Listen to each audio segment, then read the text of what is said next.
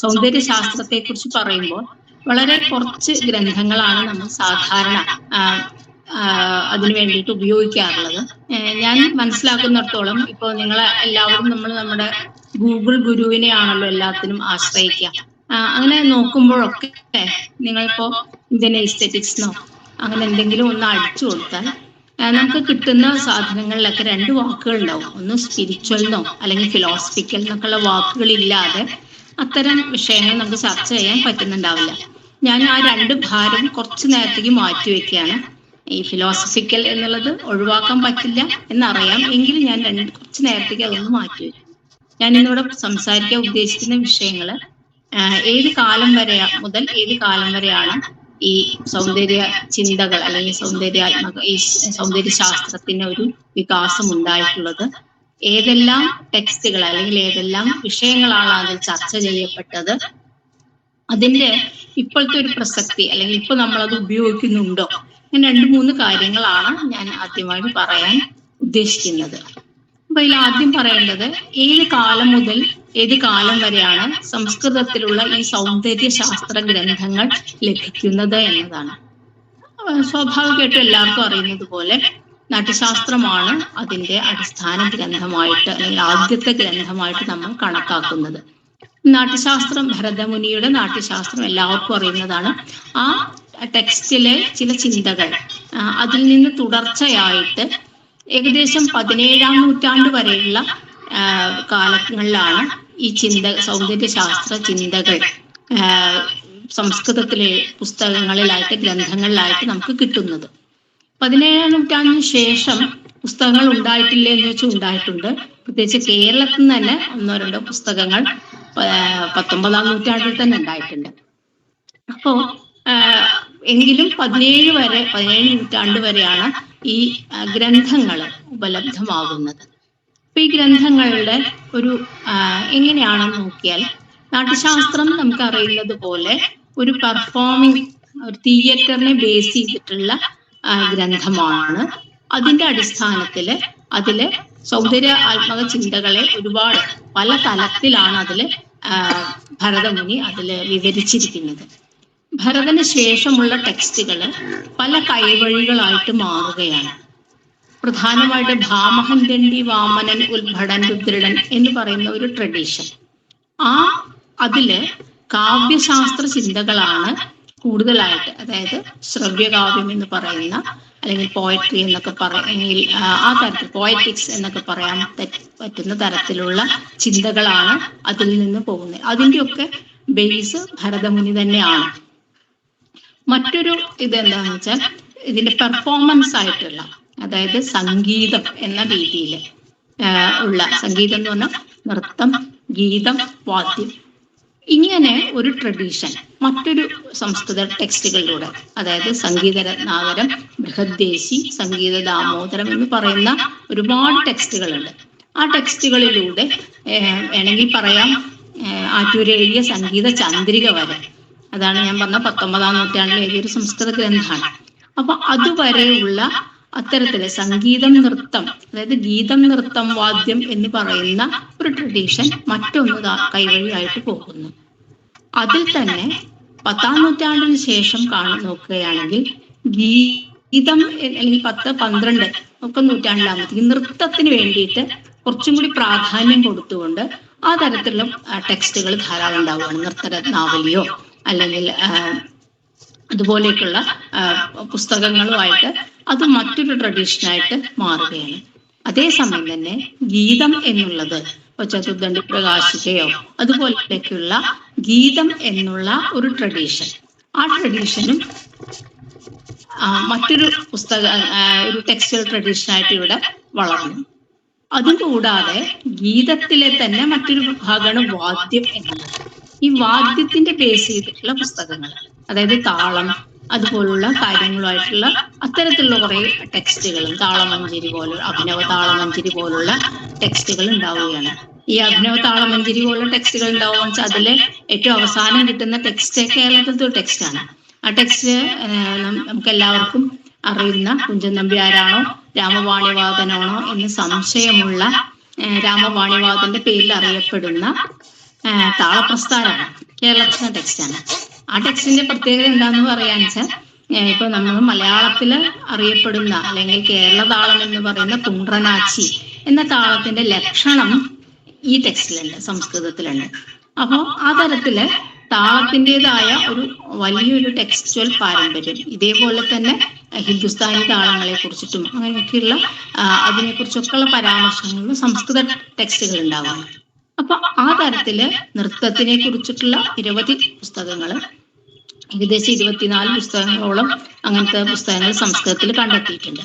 അതുപോലെ തന്നെ ഗീതത്തെക്കുറിച്ചുള്ള സംസ്കൃതത്തിലുള്ള പുസ്തകങ്ങൾ, താളത്തെക്കുറിച്ചിട്ടുള്ള സംസ്കൃതത്തിൽ എഴുതപ്പെട്ട ടെക്സ്റ്റുകൾ, അങ്ങനെ ഒരു വലിയൊരു ഗ്രന്ഥ പാരമ്പര്യം ഈ സൗന്ദര്യശാസ്ത്രം എന്നുള്ളതിലേക്ക് ഉൾപ്പെടാൻ നമ്മൾ സാധാരണ ഉൾപ്പെടുത്താത്ത വിധത്തില് ഇവിടെ ഉണ്ട്.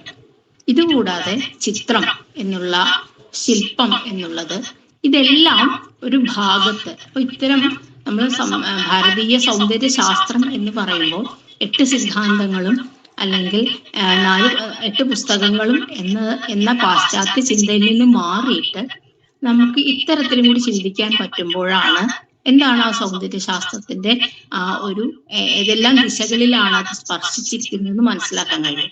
കാരണം ഇന്ന് കേരളത്തിന്റെ കലയാകുന്ന മോഹിനിയാട്ടത്തെ കുറിച്ച് ഇപ്പൊ കലാമണ്ഡലം പോലുള്ള സ്ഥലങ്ങളിലൊക്കെ റിസർച്ച് നടത്തുമ്പോൾ അവർക്കൊക്കെ അടിസ്ഥാന ഗ്രന്ഥമാകുന്നത് അഭിനയദർപ്പണമോ അതല്ലെങ്കിൽ ഈ നൃത്തരത്നാവലിയോ അതല്ലെങ്കിൽ സംഗീതരത്നാകരം അങ്ങനെയൊക്കെയുള്ള പുസ്തകങ്ങളാണ്.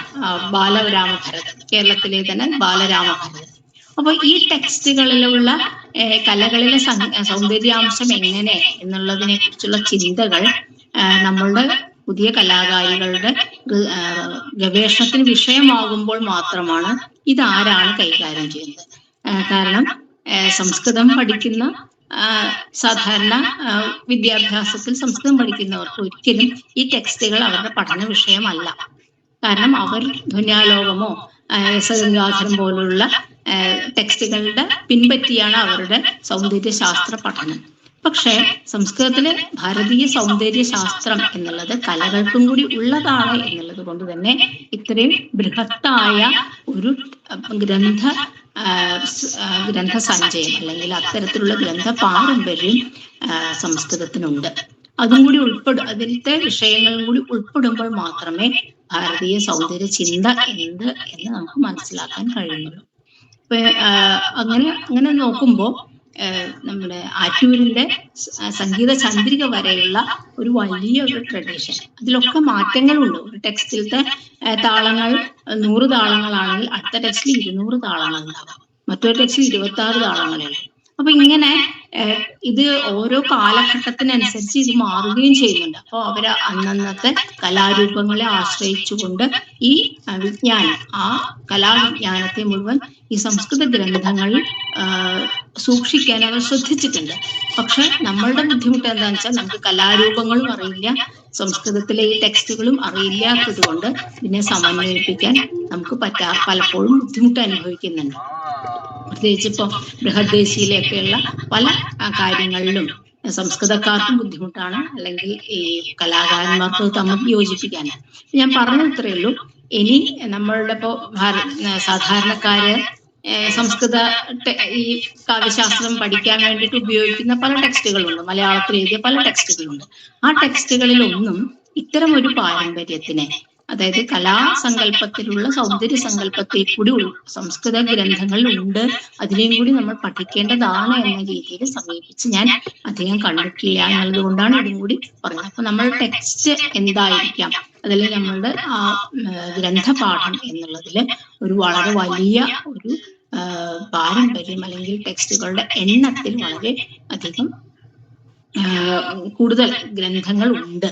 ഇനിയും മാനുസ്ക്രിപ്റ്റ് രൂപത്തിൽ ഇരിക്കുന്ന ഗ്രന്ഥങ്ങളും ഇതിൽ ഉണ്ട് എന്നുള്ളതാണ് നമ്മൾ അറിയുന്നത്. ഇതൊക്കെ പലപ്പോഴും ഇന്ദിരാഗാന്ധി റിസർച്ച് അവരാണത് പബ്ലിഷ് ചെയ്യുന്ന പല ഗ്രന്ഥങ്ങളും ക്രിട്ടിക്കൽ എഡിഷനായിട്ട് അവരാണ് പബ്ലിഷ് ചെയ്യുന്നത്, നമുക്ക് ഉപലബ്ധമാവുകയും ചെയ്യും.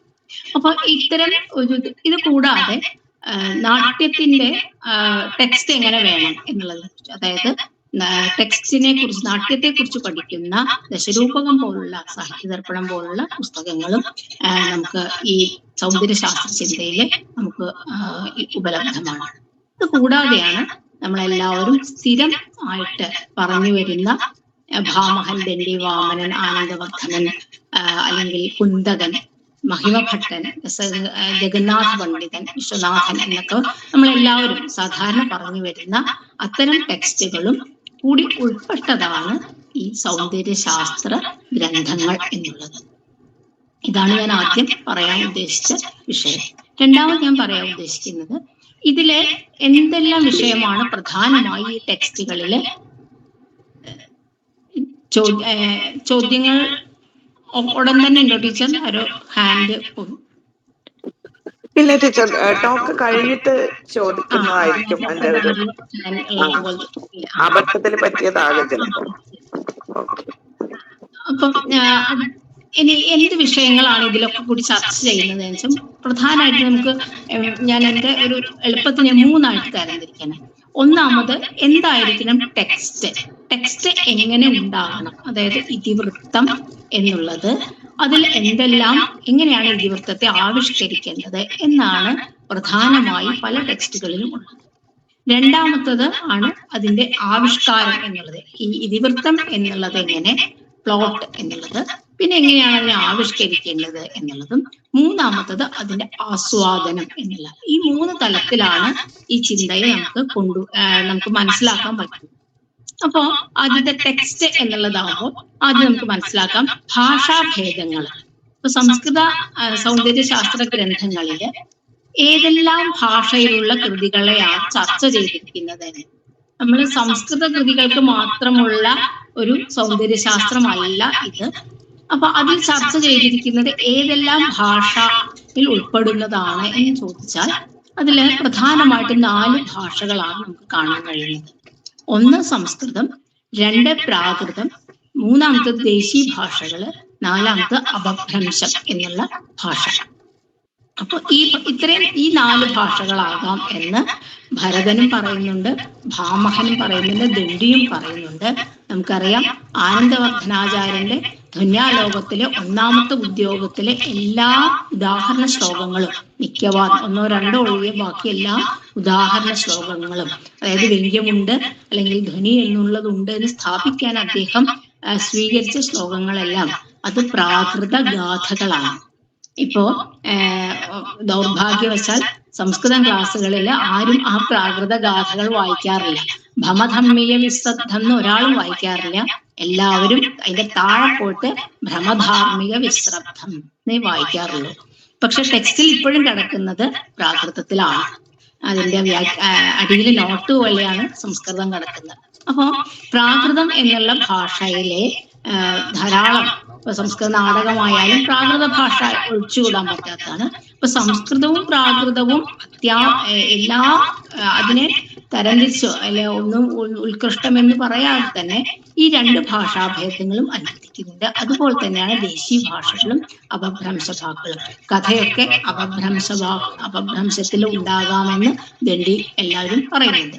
ഇതിന്റെ കൂടെ തന്നെ പറയേണ്ട ഒരു കാര്യമാണ്, ഞാൻ ആനുഷംഗികമായി പറയാണ്, അഭിനവഗുപ്തൻ ഈ ഭാഷാഭേദങ്ങളെ കുറിച്ച് ചർച്ച ചെയ്യുമ്പോൾ മണിപ്രവാളം എന്ന ആ വാക്ക് തന്നെ ഉപയോഗിച്ചിട്ടുണ്ട് അദ്ദേഹത്തിന്റെ അഭിനവ ഭാരതിയില്. അതായത് ദ്രാവിഡ സംസ്കൃത ദ്രമിഡ ദേശീഷു, അതായത് സംസ്കൃതവും ദേശീയ ഭാഷയും ചേർന്നാൽ എങ്ങനെയെന്ന് ചോദിക്കുമ്പോൾ പറയാണ് അത് അങ്ങനെ ഉപയോഗിക്കാം എന്ന് പറഞ്ഞിട്ട് അദ്ദേഹം പറയുന്നുണ്ട്. ദ്രമിഡ ദേശത്ത് സംസ്കൃതം കൂടി ചേരുമ്പോൾ മണിപ്രവാളം എന്നാണ് പറയുന്നത് എന്ന് വരെ. അതപ്പോ ഈ ഭാഷാഭേദങ്ങളെയും ഭാഷാ വൈവിധ്യത്തെയും സംസ്കൃത ആലങ്കാരികന്മാർ ശ്രദ്ധിക്കുകയും അതിനെ ഉൾപ്പെടുത്തുകയും ചെയ്തു. അപ്പൊ രണ്ടാമത്തത് ഫോമുകളാണ്. എന്തെല്ലാം രൂപങ്ങളിലാണ് ഈ സാഹിത്യകൃതികൾ ഉണ്ടാകുന്നത് എന്ന് ചർച്ച ചെയ്യുമ്പോൾ അതില് ആദ്യം നമുക്ക് ദൃശ്യം, ശ്രവ്യം എന്ന് 2ആയി തരംതിരിക്കുന്നുണ്ട്. ദൃശ്യത്തിൽ തന്നെ ആദ്യകാലങ്ങളിൽ ദശരൂപകങ്ങളാണ് ഉണ്ടാകുന്നത്. ഭരതനും ധനഞ്ജയനും ഒക്കെ ദശരൂപകങ്ങളെ കുറിച്ചിട്ടാണ് ചർച്ച ചെയ്യുന്നത്. പക്ഷെ പിന്നീട് സാഹിത്യദർപ്പണം പോലുള്ള കൃതികളിലേക്ക് എത്തുമ്പോഴത്തേക്കും അതിൽ 18 ഉപരൂപകങ്ങളും കൂടി ഉണ്ടാകുന്നുണ്ട്. കാരണം ആ കാലത്തെത്തുമ്പോഴത്തേക്കും ഈ വലിയ നാടകം പോലുള്ള കലാരൂപങ്ങൾ മാറിയിട്ട് വളരെ ചെറിയ ചെറിയ ദേശവുമായി ബന്ധപ്പെട്ട കലാരൂപങ്ങൾ ഉണ്ടാവുകയും അവയെ ടെക്സ്റ്റ് ഉൾക്കൊള്ളുകയും ചെയ്യുന്നുണ്ട്. അതുകൊണ്ട് തന്നെ ഭരതനിൽ ഉപരൂപകം കണ്ടില്ല എങ്കിലും സാഹിത്യദർപ്പണത്തിലേക്ക് എത്തുമ്പോഴത്തേക്കും 18 ഉപരൂപകങ്ങളും അതിലേക്ക് ചേരുകയും ചെയ്യുന്നുണ്ട്. അപ്പോൾ രൂപകങ്ങളും ഉപരൂപകങ്ങളും അടങ്ങുന്ന വലിയൊരു സഞ്ചയം ആണ് ദൃശ്യകാവ്യം എന്നുള്ളതിലേക്ക് ഉൾപ്പെടുത്തുന്നത്. ശ്രവ്യകാവ്യത്തിലേക്കാവുമ്പോൾ ഒറ്റ ശ്ലോകം തുടങ്ങി, അതിനെ നമ്മൾ മുക്തകം എന്നാണ് പറയുക. ഒരു ശ്ലോകത്തിൽ ഒരു ആശയം പൂർണ്ണമാകുന്ന ഒരു ഫോം, 2 ശ്ലോകത്തിൽ ആശയം പൂർണ്ണമാകുന്ന ഒരു ഫോം, 3 ശ്ലോകത്തിൽ ആശയം പൂർണ്ണമാകുന്ന ഒന്ന്, അതുപോലെ അങ്ങനെ പോയിട്ട് 8 ശ്ലോകം അഷ്ടകം എന്ന് പറയും, 10 ശ്ലോകത്തിൽ ആശയം പൂർണ്ണമായ ദശകം എന്ന് പറയും, 20 ശ്ലോകത്തിൽ പൂർണ്ണമാകുമ്പോൾ വിംശതി. ഇതൊക്കെ ഓരോ സാഹിത്യ രൂപങ്ങളാണ്. പിന്നെ അതുപോലെ ത്രിംശതി, അങ്ങനെയൊക്കെയുള്ള, പിന്നെ സപ്തതിയുണ്ട്, ശുഖസപ്തതി പോലെയുള്ളത്, പിന്നെ അശീതി 80 ഒരുമിച്ച് കഴിയുമ്പോൾ ഉള്ളത്, ഇങ്ങനെ ഒരു ശതകം 100 ഒഴികെ. ഇപ്പോൾ നമുക്ക് വൈരാഗ്യ ശതകം, നീതി ശതകം ഒക്കെ 100 ശ്ലോകങ്ങളാണ് ഒന്നിച്ചു പോകുന്നത്. അപ്പൊ ഇങ്ങനെ കൂടി കൂടി കൂടി പോയിട്ട് നമുക്കറിയാം മഹാകാവ്യം എന്ന് വരെയുള്ള ഒരു അത്രയും ഫോംസ് ആണ് പദ്യകാവ്യത്തില് പറയുന്നത്. അതിന് ഖണ്ഡകാവ്യം, മഹാകാവ്യം. അത് കൂടാതെ ഗദ്യകാവ്യത്തിലാണെങ്കിൽ ഗദ്യകാവ്യത്തില് കഥയും ആഖ്യായികയും ഉണ്ട്. ഈ കഥയിൽ തന്നെ പരികഥ, ഖണ്ഡകഥ എന്നൊക്കെ പറയുന്ന ഉപദേശത്തോടു കൂടിയുള്ള കഥ, അതല്ലാതെ സാധാരണ ആൾക്കാരുടെ വ്യവഹാരത്തെ കുറിച്ചുള്ള കഥ, അങ്ങനെയൊക്കെയുള്ള കഥാഭേദങ്ങളെ കുറിച്ച് 4-5 കഥാഭേദങ്ങളെ കുറിച്ചും പറയുന്നുണ്ട്. അപ്പൊ അതിലിപ്പോ നമുക്ക് ഏറ്റവും വലിയ കഥയായ കാദംബരി വരെയുള്ള കഥ എന്നുള്ളതിനെ നമുക്ക് അതിനെ ഉൾപ്പെടുത്തുകയും ചെയ്യാം. അപ്പൊ ഇങ്ങനെ ദൃശ്യശ്രവ്യ ഭേദത്തില് ഏകദേശം ഒരു 100 അടുത്ത് 86 100 ഇടയിലുള്ള ഒരു സംഖ്യ, അത്രയും സാഹിത്യ രൂപങ്ങളെ കുറിച്ചിട്ട് ഇതിൽ ചർച്ച ചെയ്യുന്നുണ്ട്. ഈ സാഹിത്യ ഈ നമ്മുടെ സംസ്കൃതത്തിലുള്ള സൗന്ദര്യശാസ്ത്ര ഗ്രന്ഥങ്ങളില് ഇത്തരം ഫോംസിനെ കുറിച്ചിട്ടൊക്കെ ചർച്ച ചെയ്യുന്നു. അവിടെയാണ് ഞാൻ പലപ്പോഴും എനിക്ക് അങ്ങനെ തോന്നാറുണ്ട്, ഭാഷാവൃത്തങ്ങൾ, സംസ്കൃത വൃത്തങ്ങൾ എന്ന് ഞാൻ പല സ്ഥലത്തും കേൾക്കാറുണ്ട്. അപ്പോഴാണ് ഭരതന്റെ വൃത്തത്തെ കുറിച്ചിട്ടുള്ള ആ ഭാഗത്ത് ഏകദേശം 10,000-ലധികം വൃത്തഭേദങ്ങൾ ഉണ്ടാകാം എന്ന് അദ്ദേഹം പറയുന്നുണ്ട്. ഒറ്റക്ഷരമുള്ള വൃത്തം വരെ മുതല് പറയുന്ന, അതുപോലെ ഗദ്യത്തിൽ വരെ വൃത്തമുണ്ടാകാം എന്നൊക്കെയുള്ള ചർച്ചകൾ അവിടെ നടക്കുന്നുണ്ട്. അപ്പോ ഇതാണ് അതിന്റെ ഫോമിനെ കുറിച്ച്. അപ്പോ ഭാഷ ഏതാകാം എന്നുള്ളതിനെ കുറിച്ചുള്ള ചർച്ചയുണ്ട്, അതിന്റെ ഫോം, രൂപം എങ്ങനെയാകാം എന്നുള്ളതിനെ കുറിച്ചിട്ടുള്ള ചർച്ചയുണ്ട്. അതിനുശേഷം അതിലെ ഇതിവൃത്തം എന്താകാം എന്നുള്ളതിനെ കുറിച്ചുള്ള ചർച്ചയുണ്ട്. ആ ചർച്ചയില് ഭരതൻ മുതല് രസഗംഗാധരം വരെയുള്ള സ്ഥലങ്ങളില് എല്ലാം പറയുന്നത് ഇതിവൃത്തം എന്നുള്ളത് 3 തരത്തിലാകാം എന്നുള്ളതാണ്. അത് പ്രഖ്യാതം, ഉൽപാദ്യം, മിശ്രം എന്നുള്ളത് തന്നെയാണ്. അതായത് പ്രഖ്യാതം എന്ന് പറഞ്ഞു കഴിഞ്ഞാൽ ഇതിഹാസ പ്രസിദ്ധമോ, അതല്ലെങ്കിൽ നാടോടി കഥകൾ, ഉദയന കഥ പോലെയുള്ള അങ്ങനെയുള്ള പ്രസിദ്ധമായ ഇതിവൃത്തത്തെ സ്വീകരിക്കുക. അത് നാടകത്തിലാണ് കുറച്ചും കൂടി കൂടുതലായി പറയുന്നത്.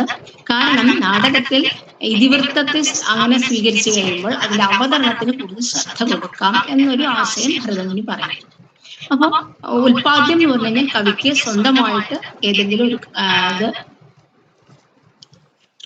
കവിക്ക് സ്വന്തമായിട്ട് ഉണ്ടാക്കാൻ പറ്റുന്ന കൽപ്പിതമായ ഒരു ഇതിവൃത്തം. മിശ്രം എന്ന് പറഞ്ഞാൽ ഇതിന്റെ രണ്ടിന്റെയും കൂടി ചേർത്തിട്ട്.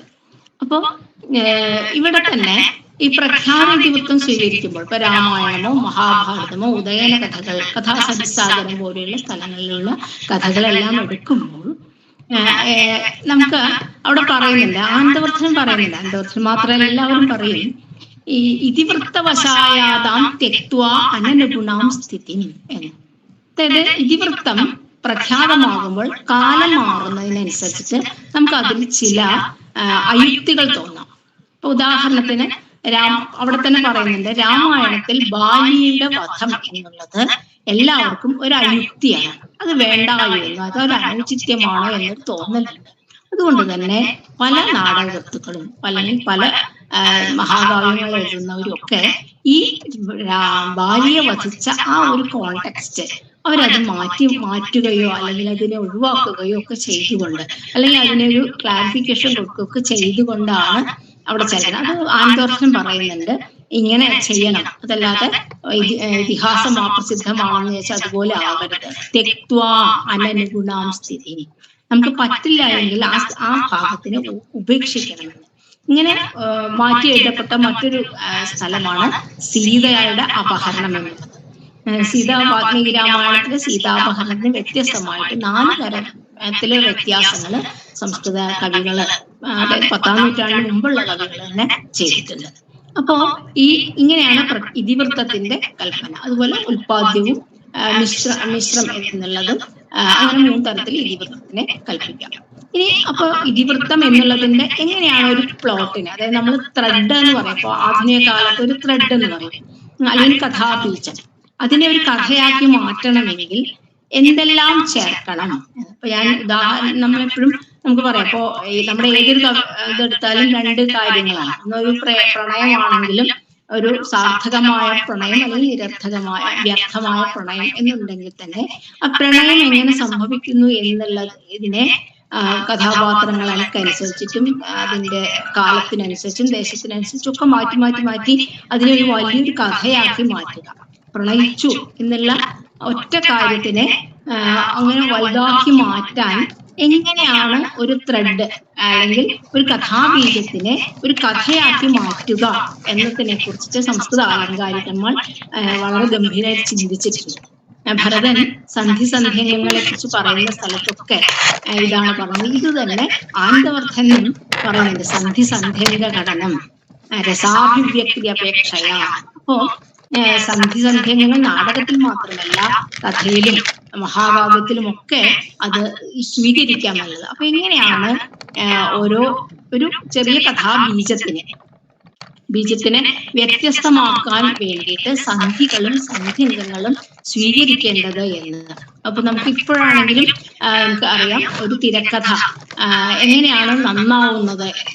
തിരക്കഥ നന്നാവണമെങ്കിൽ അതിന്റെ പ്രധാന ആശയം മാത്രം നന്നായത് കൊണ്ട് ഒരു തിരക്കഥ നന്നാവില്ല.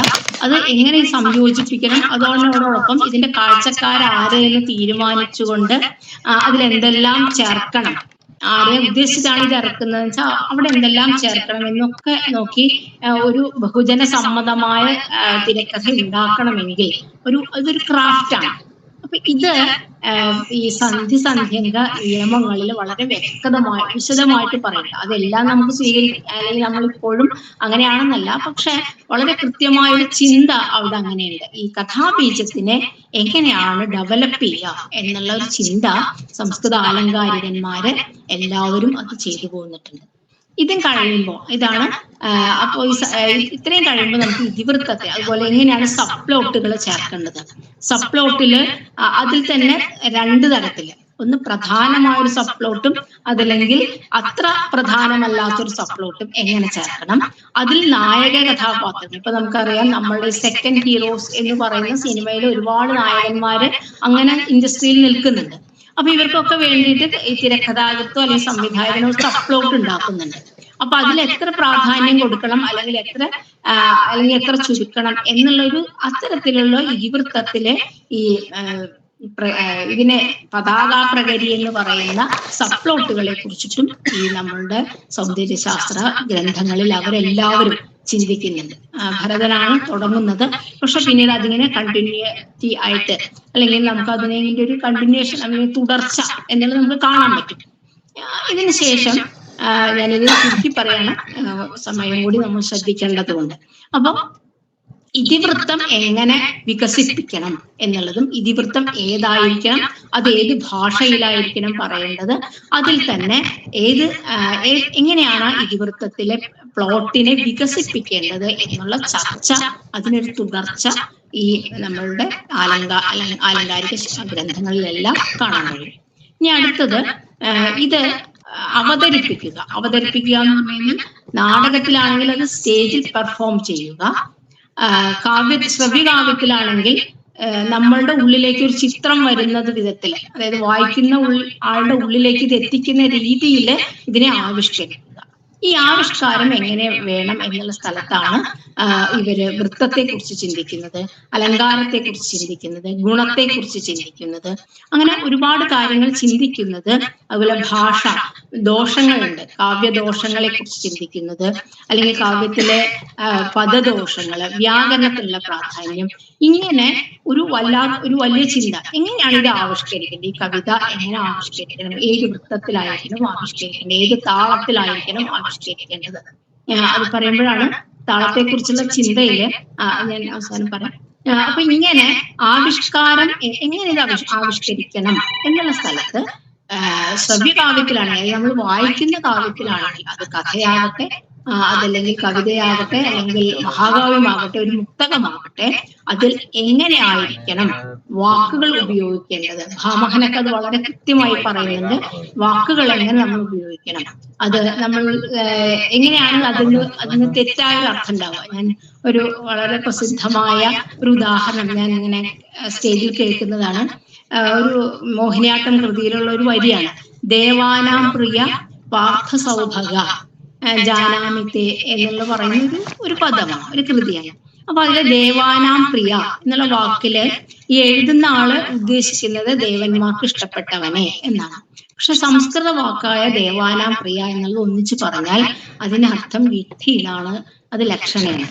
അപ്പൊ രൂഢ്യർത്ഥത്തിന് യോഗാരൂഢർബലീയസി എന്നുള്ളത് കൊണ്ട് യൗകികാർത്ഥത്തെക്കാൾ പ്രസിദ്ധം രൂഢ്യർത്ഥത്തിനാണ്. നമ്മുടെ ശുംഭൻ എന്നുള്ളത് മറ്റൊരു ഉദാഹരണം നമ്മൾ അറിയുന്നതാണ്. അപ്പോ ഇതാണ് ഭാമഹൻ പറയുന്നത്. നിങ്ങൾ ഭാഷയുടെ പ്രയോഗം നന്നായി ശ്രദ്ധിക്കണം. ഇത് ഭാമഹനും പറയുന്നുണ്ട്, വാമനനും പറയുന്നുണ്ട്, ആനന്ദവർദ്ധനും ഔചിത്യ വിചാരക്കാരനും ഒക്കെ ഇതിനെക്കുറിച്ച് സംസാരിക്കുന്നത്. എങ്ങനെയാണ് ഒരു വാക്ക് ഉപയോഗിക്കുമ്പോൾ ആ വാക്ക് ആ കാലത്തിൽ എങ്ങനെ ഉപയോഗിക്കുന്നു എന്ന് അറിഞ്ഞിട്ട് വേണം ഉപയോഗിക്കാൻ. അല്ലെങ്കിൽ അതിങ്ങനത്തെ അശ്ലീലാർത്ഥം ഉണ്ടാക്കും, അല്ലെങ്കിൽ അത് ഗ്രാമ്യമായ അർത്ഥം ഉണ്ടാക്കും, അല്ലെങ്കിൽ തെറ്റിദ്ധരിക്കുന്ന അർത്ഥം ഉണ്ടാക്കും.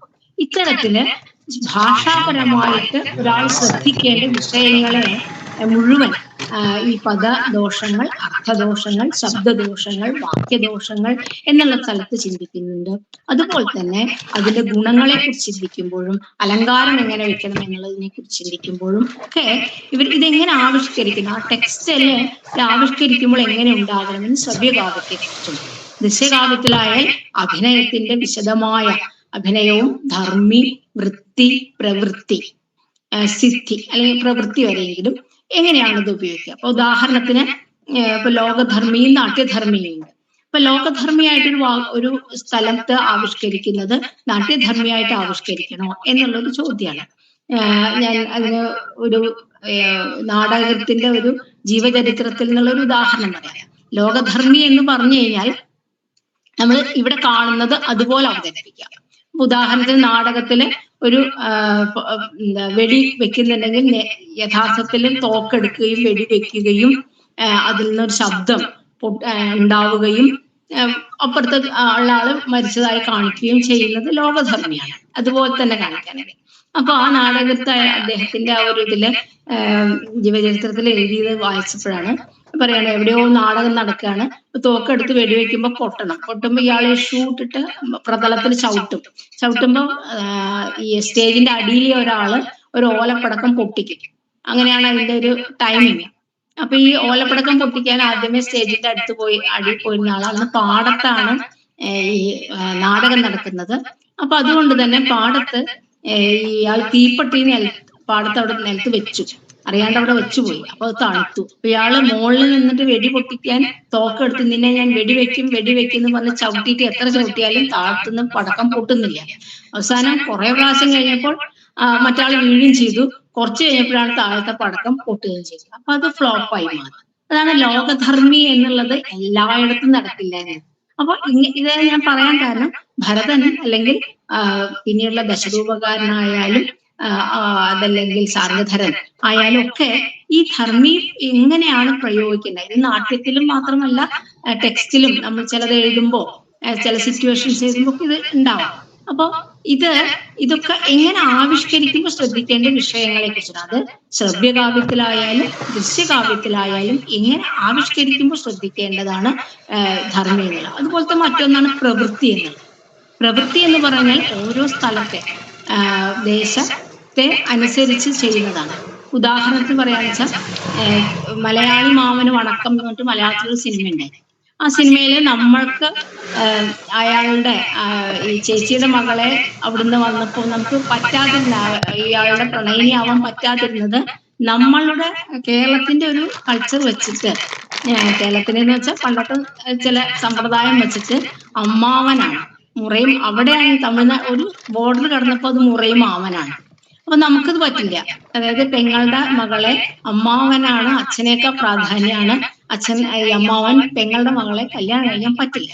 പക്ഷെ തമിഴ്നാട്ടിൽ അങ്ങനെയല്ല. തമിഴ്നാട്ടില് പെങ്ങളുടെ മകളെ കല്യാണം കഴിക്കുന്നത് മുറയാണ്, മുറയും മാമനാണ്.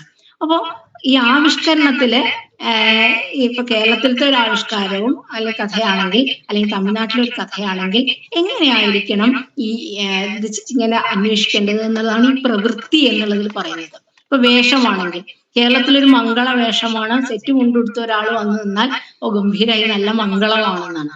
പക്ഷെ കേരളത്തിന് പുറത്ത് കിടന്ന വെള്ള വസ്ത്രം കൊടുക്കുന്നത് അത് അമംഗളമാണ്. അപ്പോ ഇത് കവി ശ്രദ്ധിക്കണം എന്നുള്ളതാണ്. ഇത്തരത്തിലുള്ള ഭാഷയിലുള്ള പ്രത്യേകതകളും അതുപോലെ ചില ആംഗ്യങ്ങളിലുള്ള പ്രത്യേകതകള്, ചില അങ്ങനെയുള്ള ഓരോ വിഷയത്തിലുള്ള പ്രത്യേകതകൾ, ഇത്തരത്തിലുള്ള പ്രവൃത്തി ഭേദങ്ങളെ കുറിച്ച് ഭരതൻ പറയുന്നുണ്ട്, സാഹിത്യാർപ്പണത്തിൽ പറയുന്നുണ്ട്, അതുപോലെ തന്നെ പ്രതാപരുദ്രി, അങ്ങനെ എല്ലാ ടെക്സ്റ്റുകളിലും ഇത് ചർച്ച ചെയ്യുന്നുണ്ട്. അപ്പൊ അതൊക്കെ എത്തുമ്പോഴത്തേക്കും അതാണ് ഈ ആവിഷ്കാരത്തിൽ നമ്മൾ എങ്ങനെ ശ്രദ്ധിക്കണം എന്നുള്ളതിനെ ആണ് രണ്ട് തരത്തിലും. ശ്രവ്യകാവ്യത്തിലാവുമ്പോൾ ഗുണമലങ്കാരം അങ്ങനെയൊക്കെയുള്ള ഒരു ചിന്ത പോകുന്നു. എന്നാൽ ദൃശ്യകാവ്യത്തിലേക്കാവുമ്പോൾ അതിങ്ങനെ സിദ്ധി അല്ലെങ്കിൽ പ്രവൃത്തി, ധർമ്മി, വൃത്തിയും ഒക്കെ ആയിട്ട് മാറിപ്പോവുകയും ചെയ്യുന്നു. അപ്പൊ ഇത് വല്ലാത്ത ചിന്തയാണ്. ഓരോ കവിയും അല്ലെങ്കിൽ ഓരോ നാടകൃത്തും ഇത് തന്റെ കഥാപാത്രങ്ങളെ ആവിഷ്കരിക്കുമ്പോൾ ഇത് എങ്ങനെ ആവിഷ്കരിക്കണം, എന്നാൽ മാത്രമേ അതിൽ നിന്ന് ഈ ആത്യന്തികമായ ആസ്വാദനം നടക്കുള്ളൂ. അപ്പൊ ഇത്തരത്തില് എങ്ങനെയാണ് ഇത് ഞാൻ അധികം സംസാരിക്കുന്നില്ല. ഇങ്ങനെ എങ്ങനെയാണ് ആവിഷ്കരണം, ഞാൻ പറഞ്ഞത് എന്തായിരിക്കണം ഇതിവൃത്തം, അതിനെങ്ങനെയാണ് ഡെവലപ്പ് ചെയ്യേണ്ടത് എന്നുള്ള ചർച്ച ഒരു തലത്തിലുണ്ട്. രണ്ടാമത്തെ തലത്തില് ആ ഇതിവൃത്തത്തിലെ കഥയെ അല്ലെങ്കിൽ ഭാവത്തെ, ഇതിവൃത്തത്തിലെ കഥയെയാണ് നമ്മൾ ഭാവം എന്ന് പറയുന്നത്. ഈ ഭാവത്തെ, ഭാവം എന്ന് വെച്ചാൽ അതിന് ഏറ്റവും സത്തായിട്ടൊന്നാണ്. അപ്പൊ ആ ഭാവത്തെ എങ്ങനെയാണ് ആവിഷ്കരിക്കേണ്ടത് എന്ന് രണ്ട് തരത്തിലും, അത് ശ്രവ്യകാവ്യമാണെങ്കിൽ എങ്ങനെയാണ് ആവിഷ്കരിക്കേണ്ടത്, അതൊരു ദൃശ്യകാവ്യമാണെങ്കിൽ എങ്ങനെയാണ് ആവിഷ്കരിക്കേണ്ടത് എന്നും ഈ ടെക്സ്റ്റുകളിലെല്ലാം ചർച്ച ചെയ്യുന്നുണ്ട്. അതിനുശേഷം മൂന്നാമത്തെ തലം എന്നുള്ളതില് ആസ്വാദനം എന്നുള്ള തലം തന്നെയാണ്. അപ്പൊ ഈ ആസ്വാദനം എന്നുള്ള തലം എന്താണ് ആസ്വദിക്കുന്നത്, ഈ ആസ്വാദനം എങ്ങനെയാണ്, ആസ്വദിക്കുന്നത് ആരാണ് എന്നുള്ളൊരു ചർച്ചയിൽ, ഈ ചർച്ചയില് ആണ് സഹൃദയൻ എന്നൊരു വാക്ക് വരുന്നത്. പ്രേക്ഷകൻ എന്നൊരു വാക്കും സഹൃദയൻ എന്നൊരു വാക്കും വരുന്നത്. ഈ രണ്ടിനും ചില പ്രത്യേകതകളുണ്ട്. പ്രേക്ഷകൻ എന്നുള്ള വാക്കിന്റെ അർത്ഥത്തില് ഇത് കാണി എന്നുള്ളത് ആള് ഈ നടനെ പോലെയും കവിയെ പോലെയും എല്ലാം നന്നായി ശാസ്ത്രം ഈ കാര്യം മുഴുവൻ അറിയുന്ന ഒരാൾക്ക് മാത്രമേ നന്നായി ആസ്വദിക്കാൻ പറ്റുള്ളൂ എന്നുള്ളതാണ്. അത് ഞാൻ ഒരു ഉദാഹരണം പറയാം. ഞാനൊക്കെ ക്രിക്കറ്റ് കാണുന്ന ഒരു കാലത്ത്, അല്ലെങ്കിൽ ഞാനൊരു ഫുട്ബോൾ കാണുകയാണെങ്കിലും ക്രിക്കറ്റ് കാണുന്ന ഒരു ബാറ്റ്സ്മാന്റെ കൈയിന്റെ ട്വിസ്റ്റിംഗ് ഒന്നും എന്നെ സംബന്ധിച്ചിടത്തോളം എനിക്കതൊന്നും മനസ്സിലാവില്ല, എനിക്കറിയില്ല. അപ്പൊ എന്റെ ആസ്വാദനം എന്ന് പറയുന്നത് ഒരു 4 അടിച്ചാൽ അല്ലെങ്കിൽ 6 അടിച്ചാൽ അങ്ങനെ ഒന്ന് ഔട്ടായാൽ അപ്പൊ എനിക്ക് ആസ്വാദനം, അത് മാത്രമേ എന്റെ ആസ്വാദനത്തിലുള്ളൂ. നേരെ മറിച്ച് 5 ദിവസം ക്രിക്കറ്റ് ടെസ്റ്റ് കണ്ടുകൊണ്ട് ചെവിയിൽ റേഡിയോ വെച്ചുകൊണ്ടിരിക്കുന്ന ക്രിക്കറ്റിന്റെ യഥാർത്ഥ ആസ്വാദകരെ സംബന്ധിച്ചിടത്തോളം അവിടെ റണ്ണ് എന്തായോ, ജയിച്ചോ തോറ്റോ എന്നുള്ളതൊന്നുമല്ല പ്രശ്നം. ഓരോ ബോളും എങ്ങനെ ബൗൾ ചെയ്യുന്നു എന്നുള്ളതിന്റെ സൗന്ദര്യവും അതെങ്ങനെ ഒരു ബാറ്റ്സ്മാൻ നേരിടുന്നു എന്നുള്ളതിന്റെ സൗന്ദര്യവുമാണ്. അപ്പൊ ഇതാണ് പ്രേക്ഷകൻ, ക്രിക്കറ്റിന്റെ പ്രേക്ഷകൻ. മറ്റേത് ഞാൻ എന്നെ പോലുള്ള ആൾക്കാർ പ്രേക്ഷകനല്ല. എത്ര ഗോൾ അടിച്ചു എന്ന് ചോദിക്കുന്ന ഒരു ഫുട്ബോൾ കാണുന്നത്, അല്ലെങ്കിൽ ജയിച്ചോ എന്ന് മാത്രം ചോദിക്കുന്ന ഒരാൾ പ്രേക്ഷകനല്ല. അപ്പൊ ഇതാണ് പ്രേക്ഷകൻ എന്നുള്ള രീതിയിൽ ഭരതമുനി വളരെ ഭംഗിയായിട്ട് പറയുന്നുണ്ട്. ഈ പ്രേക്ഷകനെ പിന്നീടുള്ള എല്ലാവരും ആനന്ദവർദ്ധനായാലും അവര് സഹൃദയൻ എന്നുള്ള സങ്കല്പത്തിലേക്ക് എത്തും.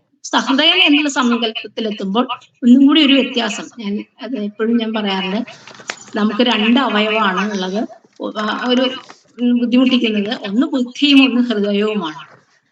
ഈ ഹൃദയം നമ്മളോട് പലതും പറയും. അങ്ങനെ പറയുമ്പോൾ അത് കേട്ടാൽ ബുദ്ധി മാറും. കാരണം ബുദ്ധിക്ക് അത് പറ്റില്ല. ഉദാഹരണത്തിന് രാവിലെ നല്ല മഴ പെയ്യുമ്പോൾ എഴുന്നേൽക്കണ്ട എന്ന് തോന്നുന്ന ഹൃദയം കിടന്നോളൂ കിടന്നോളൂ എന്ന് പറയുന്ന ഹൃദയവും, എണീറ്റ് പോയില്ലെങ്കിൽ ഒരു ലീവ് പോവും എന്ന് പറയുന്ന ബുദ്ധിയും ഉണ്ട്. അപ്പൊ ഞാൻ അല്ലെ, നമുക്കിതിൽ ആരെയാണ് അനുസരിക്കേണ്ടത്? തീർച്ചയായിട്ടും നമ്മൾ ബുദ്ധിയെ അനുസരിക്കും. കാരണം നമ്മൾ ബുദ്ധിമാന്മാരായതുകൊണ്ട്. അങ്ങനെ ബുദ്ധിയെ അനുസരിച്ച് രാവിലെ എഴുന്നേറ്റ് പോകുമ്പോൾ നമുക്ക് ബുദ്ധിമുട്ടുണ്ടാകുന്നു. അപ്പോ പക്ഷെ ഈ ബുദ്ധിയെ നമുക്ക് അനുസരിക്കേണ്ടി വരാത്ത സ്ഥലം എന്ന് പറയുന്നത് ആസ്വാദനത്തിലാണ്. അതുകൊണ്ടാണ് സഹൃദയൻ എന്ന് പറഞ്ഞത്, സബുദ്ധിമാൻ എന്ന് പറഞ്ഞില്ല. അതായത് ഒരു ഭക്ഷണം കഴിക്കുമ്പോൾ, ഭരതൻ എപ്പോഴും അങ്ങനെ പറയും, ഒരു ഭക്ഷണം കഴിക്കുമ്പോൾ ഇതിന്ന് ഇത്ര കലോറി ആണ്, അല്ലെങ്കിൽ ഇത് ഫാറ്റ് ആണ്, അല്ലെങ്കിൽ ഇത് ഇങ്ങനെ ഓരോ ഭക്ഷണ സാധനത്തിനെയും കലോറി മൂല്യത്തിലും ഫാറ്റ് ഉണ്ടോ, അല്ലെങ്കിൽ ഡയബറ്റിക്കിന് പറ്റുന്നതാണോ എന്നിങ്ങനെ അന്വേഷിച്ച് നടന്നാൽ ഒരിക്കലും ആ ഭക്ഷണം ആസ്വദിക്കാൻ പറ്റില്ല. നേരെ മറിച്ച് ഭക്ഷണം കഴിക്കുമ്പോൾ ഇതൊന്നും നോക്കാതെ, അല്ലെങ്കിൽ ഇതിന് എത്ര വില എന്ന് നോക്കി കഴിക്കുന്ന, അല്ലെങ്കിൽ ഇതിന് ഇത്ര വിലയുണ്ടോ എന്നൊക്കെ നോക്കി കഴിച്ചു കഴിയുമ്പോൾ നമുക്ക് ആ ഭക്ഷണം ആസ്വദിക്കാനേ പറ്റില്ല. അതൊക്കെ മറന്നുകൊണ്ട്, അതൊക്കെ ബുദ്ധിയുടെ കാര്യങ്ങളാണ്. അതെല്ലാം മറന്നുകൊണ്ട് ആ ഭക്ഷണത്തിനെ വളരെ ഹൃദയപൂർവ്വം നമ്മൾ അങ്ങ് കഴിക്കുകയാണെങ്കിൽ നമുക്ക് നല്ല ടേസ്റ്റിൽ നമുക്ക് കഴിക്കാനും പറ്റും. അതാണ് ഈ ആസ്വാദനത്തിന്റെ സമയത്ത് തൽക്കാലം ബുദ്ധി മാറും. അപ്പൊ ഒരു സിനിമയെ കുറിച്ച് പറയുമ്പോൾ, സിനിമയുടെ അവാർഡ് നിർണ്ണയിക്കുമ്പോൾ അതിൽ എഡിറ്റിംഗ് എങ്ങനെയാണ്, സിനിമോട്ടോഗ്രാഫി എങ്ങനെയാണ്, ശബ്ദലേഖനം എങ്ങനെ, ഇതൊക്കെ നമുക്ക് വേറെ അറിയാം. നേരെ മറിച്ച് കാണുന്ന ഒരാളെ സംബന്ധിച്ചിടത്തോളം ഇതൊന്നും വേറെ അറിഞ്ഞിരിക്കണം എന്നില്ല. അല്ലെങ്കിൽ ഈ അറിവിനെ നമ്മൾ തൽക്കാലം ഒന്ന് മാറ്റി വയ്ക്കുമ്പോൾ മാത്രമേ ആസ്വാദനം നടക്കൂ. അതാണ് സഹൃദയൻ എന്നുള്ളൊരു കൺസെപ്റ്റ് ആനന്ദവർദ്ധനെ പോലുള്ള ആൾക്കാർ മുന്നിലേക്ക് വെക്കുകയും സഹൃദയന്മാർക്ക് മാത്രമല്ല. അപ്പൊ ഞാൻ പറഞ്ഞത് ഇത്രയേ ഉള്ളൂ. ആസ്വാദനം ആർക്ക്, അല്ലെങ്കിൽ അവർക്ക് ഉണ്ടാകേണ്ട ക്വാളിറ്റി എന്ത് എന്നുള്ളത് ഇതിലെല്ലാം ചർച്ച ചെയ്തു പോകുന്നുണ്ട്. ആരാണ് ആസ്വദിക്കേണ്ടത്, അല്ലെങ്കിൽ അവർക്ക് എന്തെല്ലാം ജ്ഞാനം ഉണ്ടായിരിക്കണം ഓരോ കലയും ആസ്വദിക്കുമ്പോൾ, ഓരോ സാഹിത്യവും ആസ്വദിക്കാനാണ്.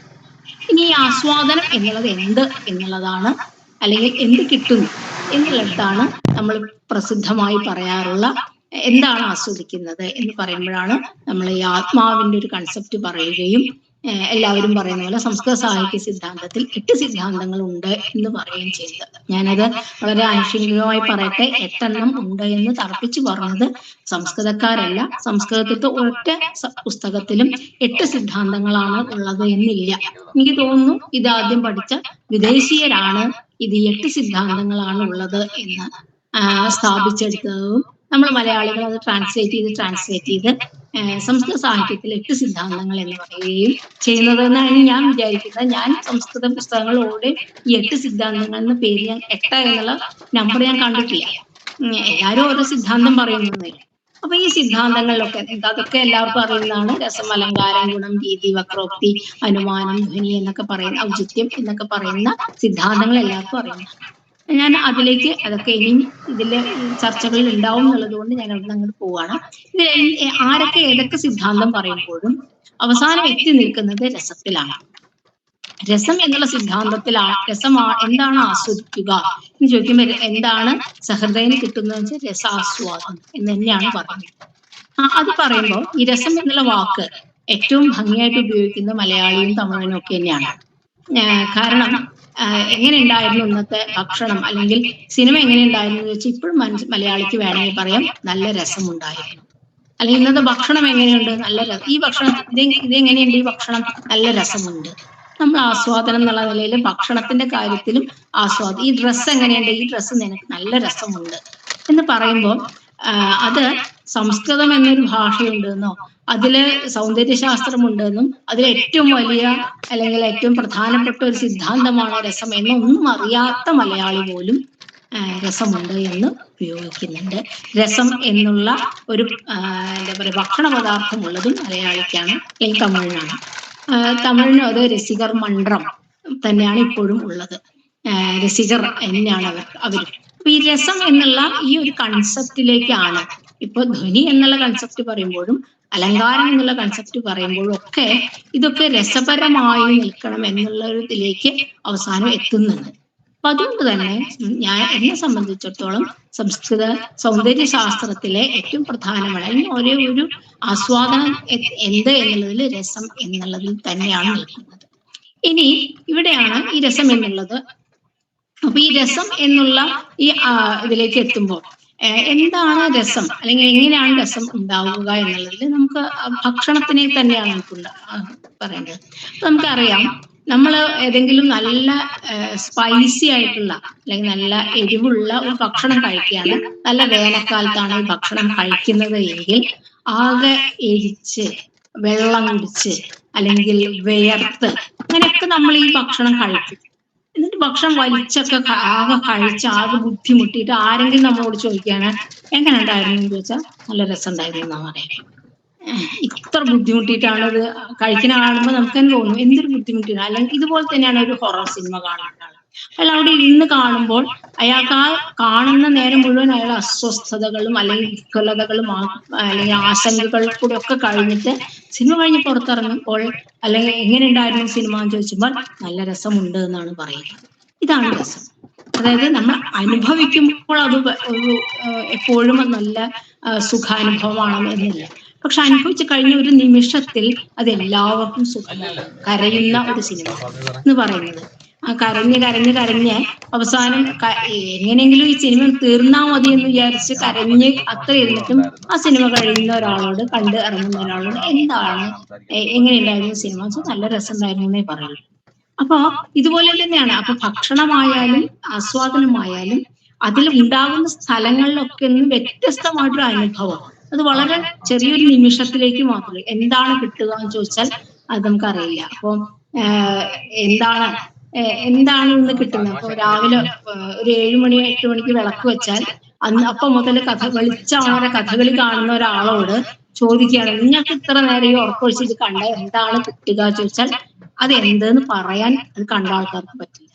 അതല്ലെങ്കിൽ രാത്രി 2 മണിക്ക് എഴുന്നേറ്റിരുന്ന് ലോകകപ്പ് ഫുട്ബോൾ കാണുകയും അവസാനം 5 മിനിറ്റിൽ അല്ലെങ്കിൽ എക്സ്ട്രാ ടൈമും കഴിഞ്ഞ് പെനാൾട്ടി ഷൂട്ട് ഔട്ട് നേരത്ത് എന്ത് സംഭവിക്കും എന്നറിയാണ്ട പുറത്തേക്ക് അകത്തേക്ക് നിന്ന് അത് കഴിയുന്നത് വരെ കഴിയുമ്പോൾ ഉണ്ടാകുന്ന ഒരു അനുഭവമുണ്ട്. ഇത് എന്താണെന്ന് ചോദിച്ചാൽ അത് പറയാൻ പറ്റില്ല. അതുകൊണ്ടാണ് രസാനുഭവം എന്തെന്നുള്ള ചോദ്യത്തിന് അനിർവചനീയം എന്ന് വാക്ക് പറഞ്ഞത്. പലരും അത് ഇങ്ങനെ പറയുമ്പോൾ അനിർവചനീയം എന്നുള്ള വാക്കിന്റെ അർത്ഥത്തില് അലൗകികം അങ്ങനെ പറഞ്ഞാൽ നമുക്കിപ്പോ എക്സ്പ്ലെയിൻ ചെയ്യാൻ പറ്റില്ല എന്താണ് അത് എന്നുള്ളത്. പക്ഷെ ആ അനുഭവിച്ച ആൾക്കാർക്ക് അറിയാം അതിലെന്തോ ഒരു പോസിറ്റീവ് ആയുണ്ട് എന്നുള്ളത് അറിയാം ഒരു നിമിഷം നേരത്തെ. ഇതാണ് രസം എന്ന് ഭരതമുനി പറയുന്നത്. പക്ഷെ പിന്നീട് ഇതിൽ വളരെ മാറ്റങ്ങളുണ്ട്. ഈ രസം എന്നുള്ളതിനെ ഭരതൻ ഒരൊറ്റ രസമാണ് പറയുന്നത്. ആ ഒരു രസത്തെ പിന്നീട് ഭരതമുനി തന്നെ 4 രസമായി മാറ്റുകയും, അതായത് ഈ അനുഭവം ഉണ്ടാകുന്നത് ഏത് സ്ഥായി ഭാവത്തു നിന്നാണെന്നനുസരിച്ച് അതിനെ ശൃംഗാരമെന്നോ അല്ലെങ്കിൽ കരുണമെന്നൊക്കെ മാറ്റി 4 രസമാവുകയും ആ 4 രസത്തെ പിന്നീട് 8 രസമാവുകയും ചെയ്യും. 8 രസമാക്കുകയും ഭരതൻ ചെയ്യുന്നു. പിന്നീട് അതവിടെ നിന്നില്ല, പിന്നീട് അതിൽ സംഖ്യ കൂടുന്നുണ്ട്. ശാന്തം എന്ന രസം കൂട്ടുന്ന അഭിനവഗുപ്തൻ, വാത്സല്യം എന്ന രസം കൂട്ടുന്ന ഭോജൻ, അതിനുശേഷം ഭക്തി മാത്രമാണ് രസം എന്ന് പറയുന്ന നമ്മുടെ മധുസൂദന സരസ്വതി ഭഗവത് ഭക്തി രസായനം എന്നുള്ള ടെക്സ്റ്റിലേക്ക് ഇതെല്ലാം ഭക്തിയിലാണ് ലയിക്കുന്നത് എന്ന് പറയുന്ന. അപ്പൊ ഇങ്ങനെ രസസംഖ്യ എന്നുള്ളത് കൂടുന്നുണ്ട്. അപ്പൊ ഈ സൗന്ദര്യശാസ്ത്രത്തിൽ രസസംഖ്യ മാത്രമല്ല പറയുന്നത്, ഈ രസാനുഭവത്തെ വിശദീകരിക്കുന്നതും ഭരതമുനിക്ക് ഇത്തരം തത്വചിന്തയുടെ ഭാരമില്ലാത്തത് കൊണ്ട് ഭക്ഷണം കഴിക്കുമ്പോൾ നിങ്ങൾ എങ്ങനെ നിങ്ങൾക്ക് തൃപ്തി അനുഭവിക്കുന്നു, രസമുണ്ടാകുന്നു, അതുപോലെ തന്നെയാണ് ഈ രസം എന്ന് പറഞ്ഞു വെക്കുന്നു. വളരെ കൃത്യമായിട്ട് ലൗകികമായ തലത്തിലാണ് ഭരതമുനി രസത്തെക്കുറിച്ച് ചിന്തിക്കുന്നത്. പക്ഷെ പിന്നീട് വരുന്ന ലൊല്ലടൻ, ശങ്കുകൻ അല്ലെങ്കിൽ ഭട്ടനായകൻ, അഭിനവഗുപ്തൻ എന്നുള്ള ആൾക്കാർക്കൊക്കെ അവരുടെ തത്വചിന്തയുടെ ആ ഒരു നിലപാടും കൂടി സ്വീകരിച്ചു കൊണ്ടാണ് ഇവരൊക്കെ രസം ഇതാണ് രസം ഉണ്ടാവുകയാണ്, രസം ഊഹിക്കുക അല്ലെങ്കിൽ അനുമിക്കുകയാണ്, രസം ഭുജിക്കുകയാണ്, രസം അഭിവ്യക്തമാവുകയാണ് എന്നൊക്കെ പറയും. സാധാരണ രീതിയിൽ സംസ്കൃത ഈ സൗന്ദര്യശാസ്ത്രം ചർച്ച ചെയ്യുന്നവരൊക്കെ ഇവിടെ നിൽക്കുന്നു. അഭിനവഗുപ്തന്റെ രസാഭിവ്യക്തി നിങ്ങൾക്ക് എല്ലാവർക്കും അറിയുന്നതാണ്.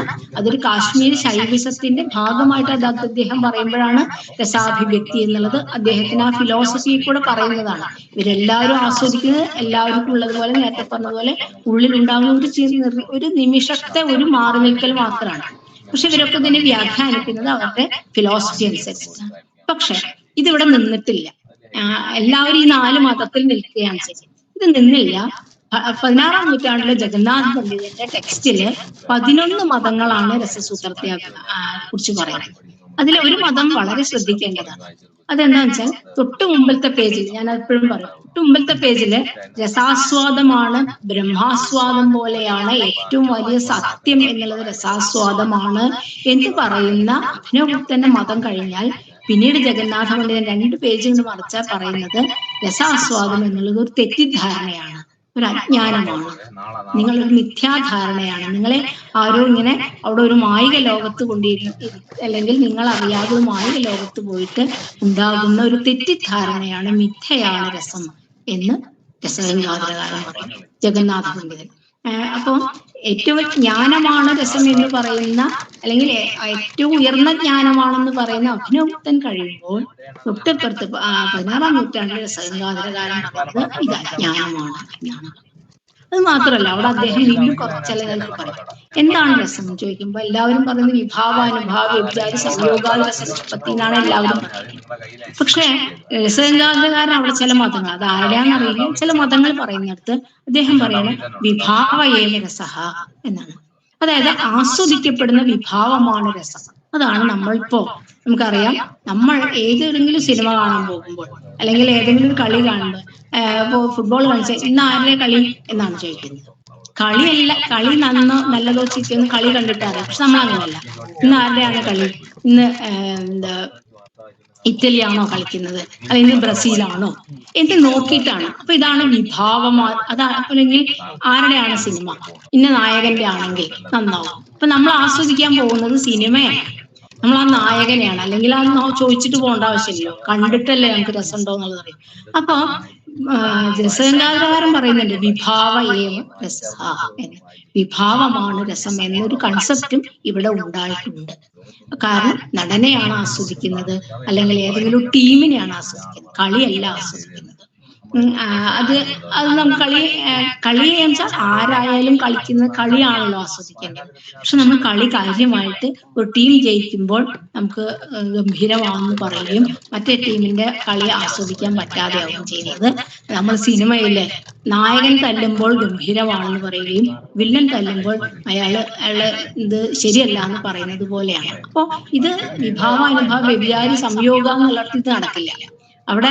പക്ഷെ വിഭാവയേവ രസഃ എന്ന് പറഞ്ഞു. അതുപോലെ തന്നെയാണ് അനുഭാവയേവ രസഃ, വ്യഭിചാരി ഏവ രസഃ എന്നും പറയുന്നത്. ഇപ്പൊ വ്യഭിചാരി ഏവ രസഃ എന്ന് പറയുന്നത് നമുക്കറിയാം. ഇപ്പൊ രസസംഖ്യയെ ഈ 8, 9, 10, 11 പോരാ, ഇനിയും രസം ഉണ്ടാകണമെന്ന് നമുക്കറിയാം. അയ്യപ്പ പണിക്കർ അദ്ദേഹത്തിന് ഇന്ത്യൻ സാഹിത്യ സിദ്ധാന്തങ്ങൾ പ്രസക്തിയും സാധ്യതയും എന്നുള്ള പുസ്തകത്തിൽ പറയുന്നുണ്ട്. വ്യഭിചാരി ഭാവങ്ങളെയും കൂടി രസത്തിലേക്ക് എത്തിക്കണമെന്ന് രസഗംഗാധരകാരൻ പറയുന്നുണ്ട്. കുറച്ചു കാലം കഴിയുമ്പോൾ നമുക്കൊരു വലിയ ഒരു രസത്തെ, ശൃംഗാരം പോലുള്ള ഒരു വലിയ രസത്തെ ഉൾക്കൊള്ളാൻ കഴിയുന്ന തരത്തിലുള്ള ഒരു മാനസികാവസ്ഥ ഇവിടുത്തെ പ്രേക്ഷകൻ ഉണ്ടാവണമെന്നില്ല.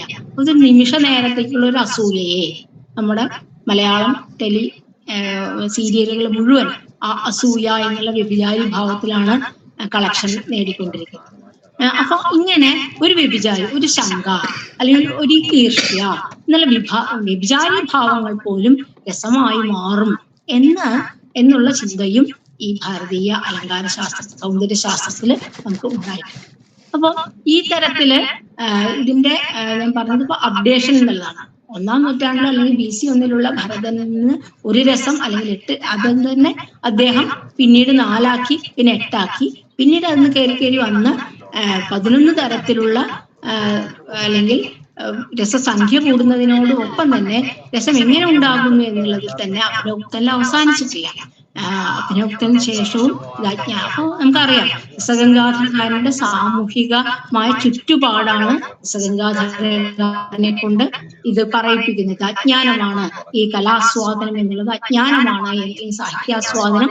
ഒരു തരത്തില് നിങ്ങളെ അതുകൊണ്ടാണല്ലോ നമ്മുടെ നാട്ടിൽ പണ്ടും ഇപ്പോഴുണ്ടോന്ന് പറയാൻ നോവൽ വായിക്കുന്നത് തെറ്റാണ് എന്നും, അല്ലെങ്കിൽ നാടകം കളിക്കാൻ പോകുന്നത് തെറ്റാണ് എന്നൊക്കെ പറയുന്ന ഒരു കാലമുണ്ട്, അല്ലെങ്കിൽ കളിക്കാൻ പോകുന്നത് തെറ്റാണെന്നൊക്കെ പറയുന്ന കാലമുണ്ട്. പഠിക്കൂ, കളിക്കരുത് എന്ന് പറയുന്നത്. അപ്പൊ ഈ ഒരു സാമൂഹിക രസഗംഗാധരകാരന് ജഗന്നാഥ പണ്ഡിതന്റെ സാമൂഹിക അവസ്ഥ നമുക്ക് മനസ്സിലാക്കാവുന്നതാണ്. അപ്പൊ ആ ഒരു അവസ്ഥയിൽ ആയിരിക്കാം രസം അജ്ഞാനമാണ് എന്ന് പറയേണ്ടി വന്നത്, അല്ലെങ്കിൽ വിഭാവമാണ് എന്ന് പറയേണ്ടി വരുന്ന ഒരവസ്ഥയില്ല. പക്ഷെ അവസാനത്തെ 3 മതവും ശരിയല്ല എന്ന് ജഗന്നാഥ പണ്ഡിതൻ തന്നെ വീണ്ടും പറയുകയും ചെയ്യുന്നുണ്ട്. ഞാൻ ഇപ്പൊ പറഞ്ഞത്രേ ഉള്ളൂ. രസാസ്വാദനം ആർക്ക്, എങ്ങനെ എന്നുള്ളതിനെ കുറിച്ചിട്ടുള്ള ഒരു വലിയ, അതായത് ഞാൻ പറഞ്ഞത് 16 നൂറ്റാണ്ട് വരെയും അതിങ്ങനെ അതിൽ ചർച്ചകൾ നടക്കുകയും കൂട്ടിച്ചേർക്കലുകൾ നടക്കുകയും ഒക്കെ ചെയ്തുകൊണ്ട് 16-ാം നൂറ്റാണ്ടിൽ രസഗംഗാധരകാരന്റെയും പിന്നീട് 17-ാം നൂറ്റാണ്ടിൽ ഇതെല്ലാം മാറ്റിയിട്ട് ഇതെല്ലാം ഭക്തിയാണ് എന്ന് പറയേണ്ട ഒരവസ്ഥയിലേക്ക് മധുസൂദന സരസ്വതി എത്തുകയും ചെയ്തു. അപ്പോ 1-ാമത്തെ നൂറ്റാണ്ടിലെ ശൃംഗാരമാണ് രസരാജൻ എന്ന് പറയുമ്പോൾ 10-ാം നൂറ്റാണ്ടിലെ അഭിനോക്തനത്തിന് ശാന്തപ്രായേ ഏവ ആസ്വാദഃ, ഇന്ന് ശാന്തത്തിനാണ് പ്രാധാന്യം എന്ന് പറയുകയും അത് തന്നെ 17-ാം നൂറ്റാണ്ടിലെത്തിക്കുകയും ഭക്തിരേവ എന്നുള്ളത് ഭക്തിയാണ് പ്രധാന രസം എന്നതിലേക്ക് എത്തുകയും ചെയ്യുന്ന ഒരു മാറ്റമുണ്ട്. ഈ മാറ്റത്തിന്റെ ഒക്കെ കാരണം സാമൂഹികമായ അവസ്ഥകളാണ്. അത് നമുക്ക് ആ കാലഘട്ടങ്ങൾ പരിശോധിക്കുമ്പോൾ നമുക്ക് മനസ്സിലാവുകയും ചെയ്തിട്ടുണ്ട്. ഈ കാലഘട്ടത്തിൽ ഇത്തരം ചെറിയ കാര്യങ്ങളൊക്കെ ഈ വ്യാഖ്യാനങ്ങളിലും അതുപോലെ തന്നെ ടെക്സ്റ്റിന്റെ ഉള്ളിലൊക്കെ നമുക്ക് കാണാവുന്നതുമാണ്. അപ്പൊ ഇതാണ് രസ ആസ്വാദം എന്നുള്ളത്. അപ്പോ രസാസ്വാദം എന്നുള്ളതിനെ കുറിച്ചിട്ട് ഫിലോസഫിയുടെ സഹായത്തോടു കൂടി പറയുമ്പോൾ ഇങ്ങനെ അഭിനവഗുപ്തനെയോ ഒക്കെ ഭട്ടനായകനെയോ ഒക്കെ ചെയ്ത് സാധാരണീകരണം എന്നും ഒക്കെ പറഞ്ഞുകൊണ്ട്, അഭിവ്യക്തി എന്നും ഒക്കെ പറഞ്ഞുകൊണ്ട് നമുക്ക് പറയാം. ഇനി ഇതൊന്നും പറയാതെ നമുക്ക് രസാസ്വാദം എന്ന് പറയുകയാണെന്ന് വെച്ചാൽ ഇത്രയേ ഉള്ളൂ ആനന്ദം എന്നുള്ളത്. അത് നമുക്ക് പലപ്പോഴും ലഭിക്കാറുണ്ട്. ഒരു പാട്ട് കേൾക്കുമ്പോൾ പോലും ചിലപ്പോൾ ഒരു വരി, പാട്ടിലത്തെ ഒരു വരി അല്ലെങ്കിൽ ഒരു വാക്ക് കേൾക്കുമ്പോൾ പോലും ഒരു ആനന്ദം ഉണ്ടാകണം. അതെങ്ങനെയെന്ന് നിർവചിക്കാൻ നമുക്ക് പറ്റാത്തതുകൊണ്ട് അത് അനിർവചനീയം എന്ന വാക്കും പറയാവുന്നതാണ്. ഇതാണ് രസാസ്വാദം എന്നുള്ളത്. ഇത് കൂടാതെ നമ്മളുടെ മറ്റ് സിദ്ധാന്തം നമുക്കറിയാം. അലങ്കാരം എന്നുള്ളതും ഈ അലങ്കാരത്തിലും അല്ലെങ്കിൽ ഗുണം എന്നുള്ളതും ഒക്കെയുള്ള ചിന്തകളും ഒക്കെ അവസാനം രസപരമായിട്ട് മാറുന്നു. ഏതൊക്കെ ഘടകങ്ങളുണ്ടോ അതെല്ലാം രസപരമായി മാറുകയും ചെയ്യുന്നതാണ്. ഇവിടെ എത്തുമ്പോൾ ഞാൻ ഒരു കാര്യം കൂടി പറയാം. ഇങ്ങനെ എല്ലാ ഘടകങ്ങൾക്കും രസവുമായി ബന്ധമുണ്ട്, അല്ലെങ്കിൽ ഇതൊക്കെ രസത്തിന് വേണ്ടിയിട്ടാണ് എന്ന് പറയുന്ന ഈ ചിന്ത അലങ്കാര ടെക്സ്റ്റുകളിൽ മാത്രമല്ല, ഞാൻ നേരത്തെ പറഞ്ഞ ഒരു കരണം ചെയ്യുമ്പോൾ അല്ലെങ്കിൽ ഒരു അംഗഹാരം ചെയ്യുമ്പോൾ, ഒരു താളത്തിലെ ഒരു മാത്ര വ്യത്യാസം വരുമ്പോൾ, അതിന്റെ സ്പീഡ്, ലയം എന്നുള്ളതിൽ ഒന്നും വ്യത്യാസം വരുമ്പോൾ എങ്ങനെയാണ് രസം മാറുന്നത് എന്ന് അത് നിങ്ങൾക്ക് മനസ്സിലാവണമെങ്കിൽ ഈ ലയം എന്നുള്ളത്, അതായത് ഇതിന്റെ സ്പീഡാണ്. അപ്പോൾ നമ്മൾ തന്നെ മനസ്സിലാക്കിയാൽ മതി. നമ്മളുടെ ഈ വോയിസ് മെസ്സേജ് എന്നുള്ള ഒരു നമുക്കൊന്നുണ്ട്. ഈ വോയിസ് മെസ്സേജ് നമുക്കൊരു സ്പീഡ് മാറ്റിയിടാം. അപ്പൊ ആ സ്പീഡ് ഏറ്റവും കൂടുതൽ സ്പീഡിൽ ഇടുമ്പോൾ എത്ര വികാരമുള്ള ഏത് വികാരമായാലും, അത് രതിയായാലും അതല്ലെങ്കിൽ ശോകമായാലും ക്രോധമായാലും ഏതായാലും നിങ്ങൾ ആ സ്പീഡ് ഒന്ന് കൂട്ടിയാൽ നമുക്ക് ഹാസ്യമായിട്ട് തോന്നുള്ളൂ. ആ സ്പീഡ് ഒന്ന് മാറ്റിയിട്ടാൽ മതി. അതാണ് എങ്ങനെയാണോ ഒരു സ്പീഡിന് പോലും, ലയം എന്നുള്ളതിന് ഒരു രസത്തെ മാറ്റിമറിക്കാൻ അല്ലെങ്കിൽ ഒരു ഭാവത്തെ മാറ്റിമറിക്കാൻ കഴിയുക എന്ന് ഇത്തരം പുസ്തകങ്ങളിലെ ഞാൻ നേരത്തെ പറഞ്ഞ വാദ്യത്തെക്കുറിച്ചും താളത്തെക്കുറിച്ചും ഒക്കെയുള്ള ഇതിൽ, അതുപോലെ തന്നെ ഒരു നോട്ട് പറഞ്ഞപ്പോൾ നമുക്കറിയാലോ, സംഗീതത്തിലെ ഒരു നോട്ടിന് എങ്ങനെയാണ് ഒരു ഭാവത്തെ മാറ്റാൻ കഴിയുക, അതൊക്കെ അനുസരിച്ചിട്ടാണ് രാഗ കൺസെപ്റ്റ് ഒക്കെ പിന്നീട് വരികയും നമുക്ക് അറിയാം അതൊക്കെ. അപ്പൊ ഇത്തരത്തില് എല്ലാം, ഇപ്പൊ രാഗമായാലും താളമായാലും അതല്ലെങ്കിൽ അഭിനയമായാലും അല്ലെങ്കിൽ ആഹാര്യം എന്നുള്ളതായാലും, അപ്പൊ അതിനെക്കുറിച്ച് പറയുമ്പോൾ ഭരതന്റെ പല ചിന്തകളും നമുക്കറിയാം. അപ്പൊ ഒരു കഥാപാത്രം, അപ്പൊ എങ്ങനെയാണ് അത് രസവുമായി ബന്ധപ്പെടുന്നത്? ഒരു കഥാപാത്രം ഒരു സ്റ്റേജിൽ നിൽക്കാൻ ഒരു ടൈമുണ്ട്. ആ ടൈമിൽ നിന്ന് ഒരു സെക്കൻഡ് അധികം ആളവിടെ നിന്നാൽ അത് നീരസമായി മാറും, അത് രസവിഘ്നമായി മാറും എന്ന് ഭരതൻ പറയുന്നുണ്ട്.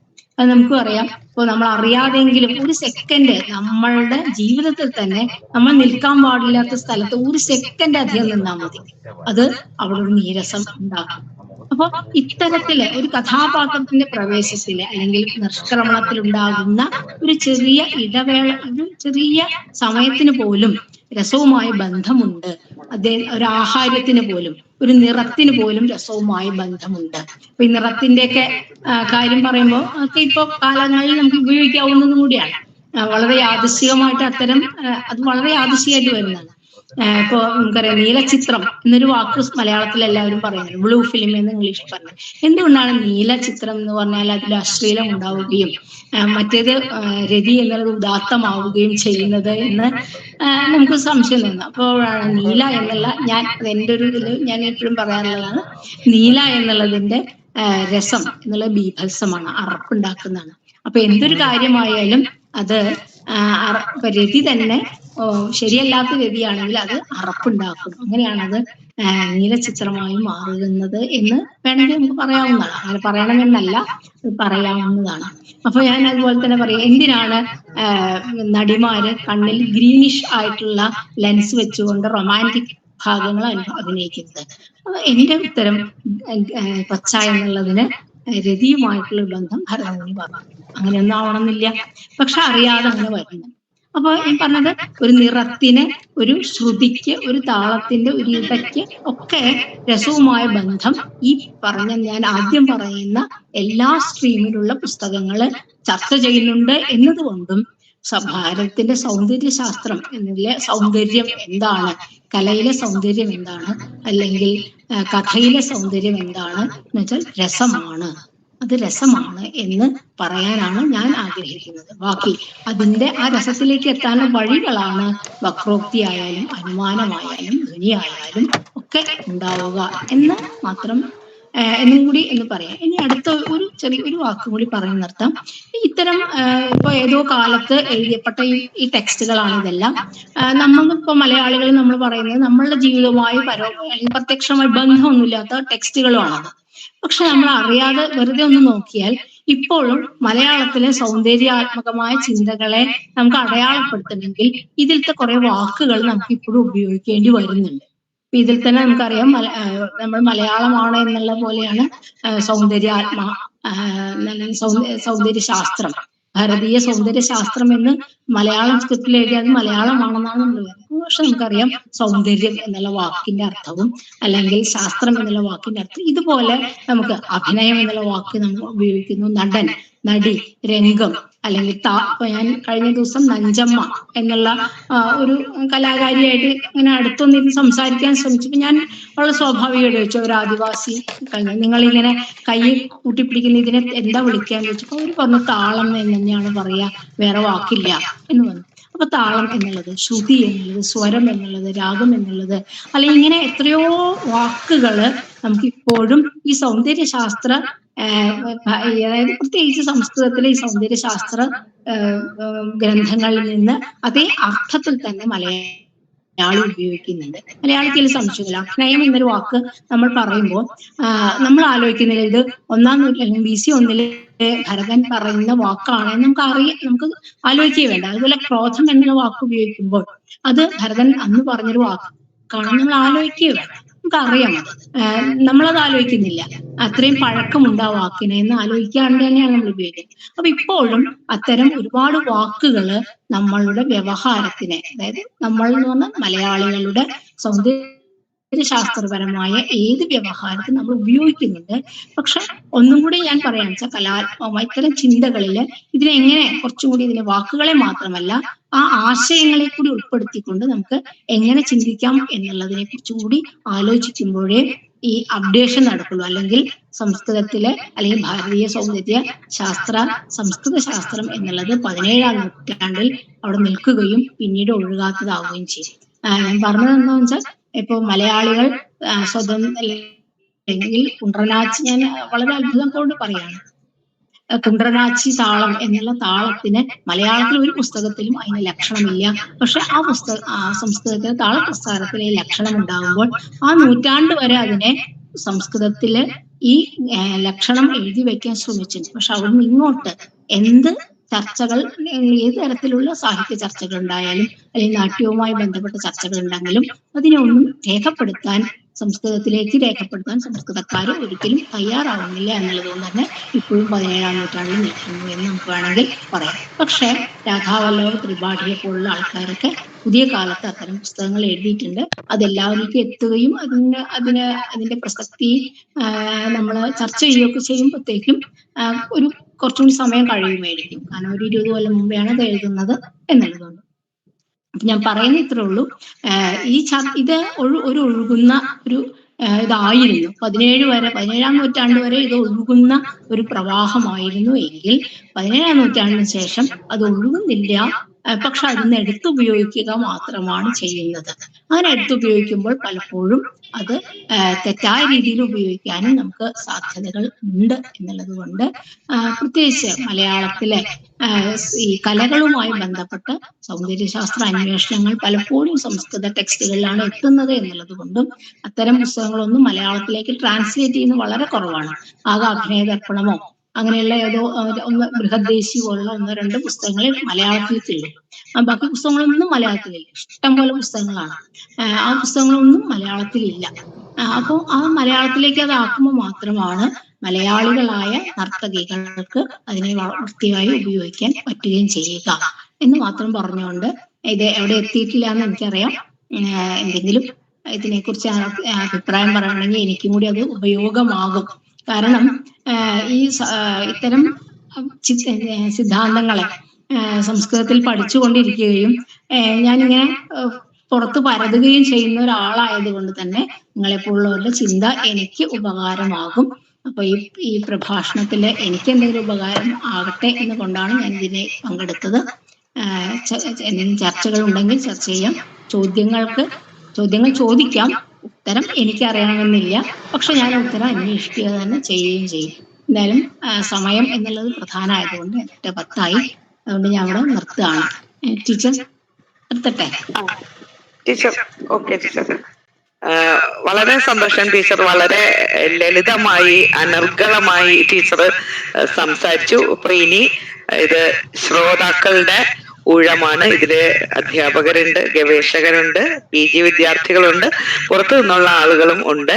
എല്ലാവർക്കും ഇത് സംബന്ധമായ സംശയങ്ങളോ കൂട്ടിച്ചേർക്കലുകളോ ഒക്കെ ഉണ്ടെങ്കിൽ ഈ അവസരം വിനിയോഗിക്കാവുന്നതാണ്.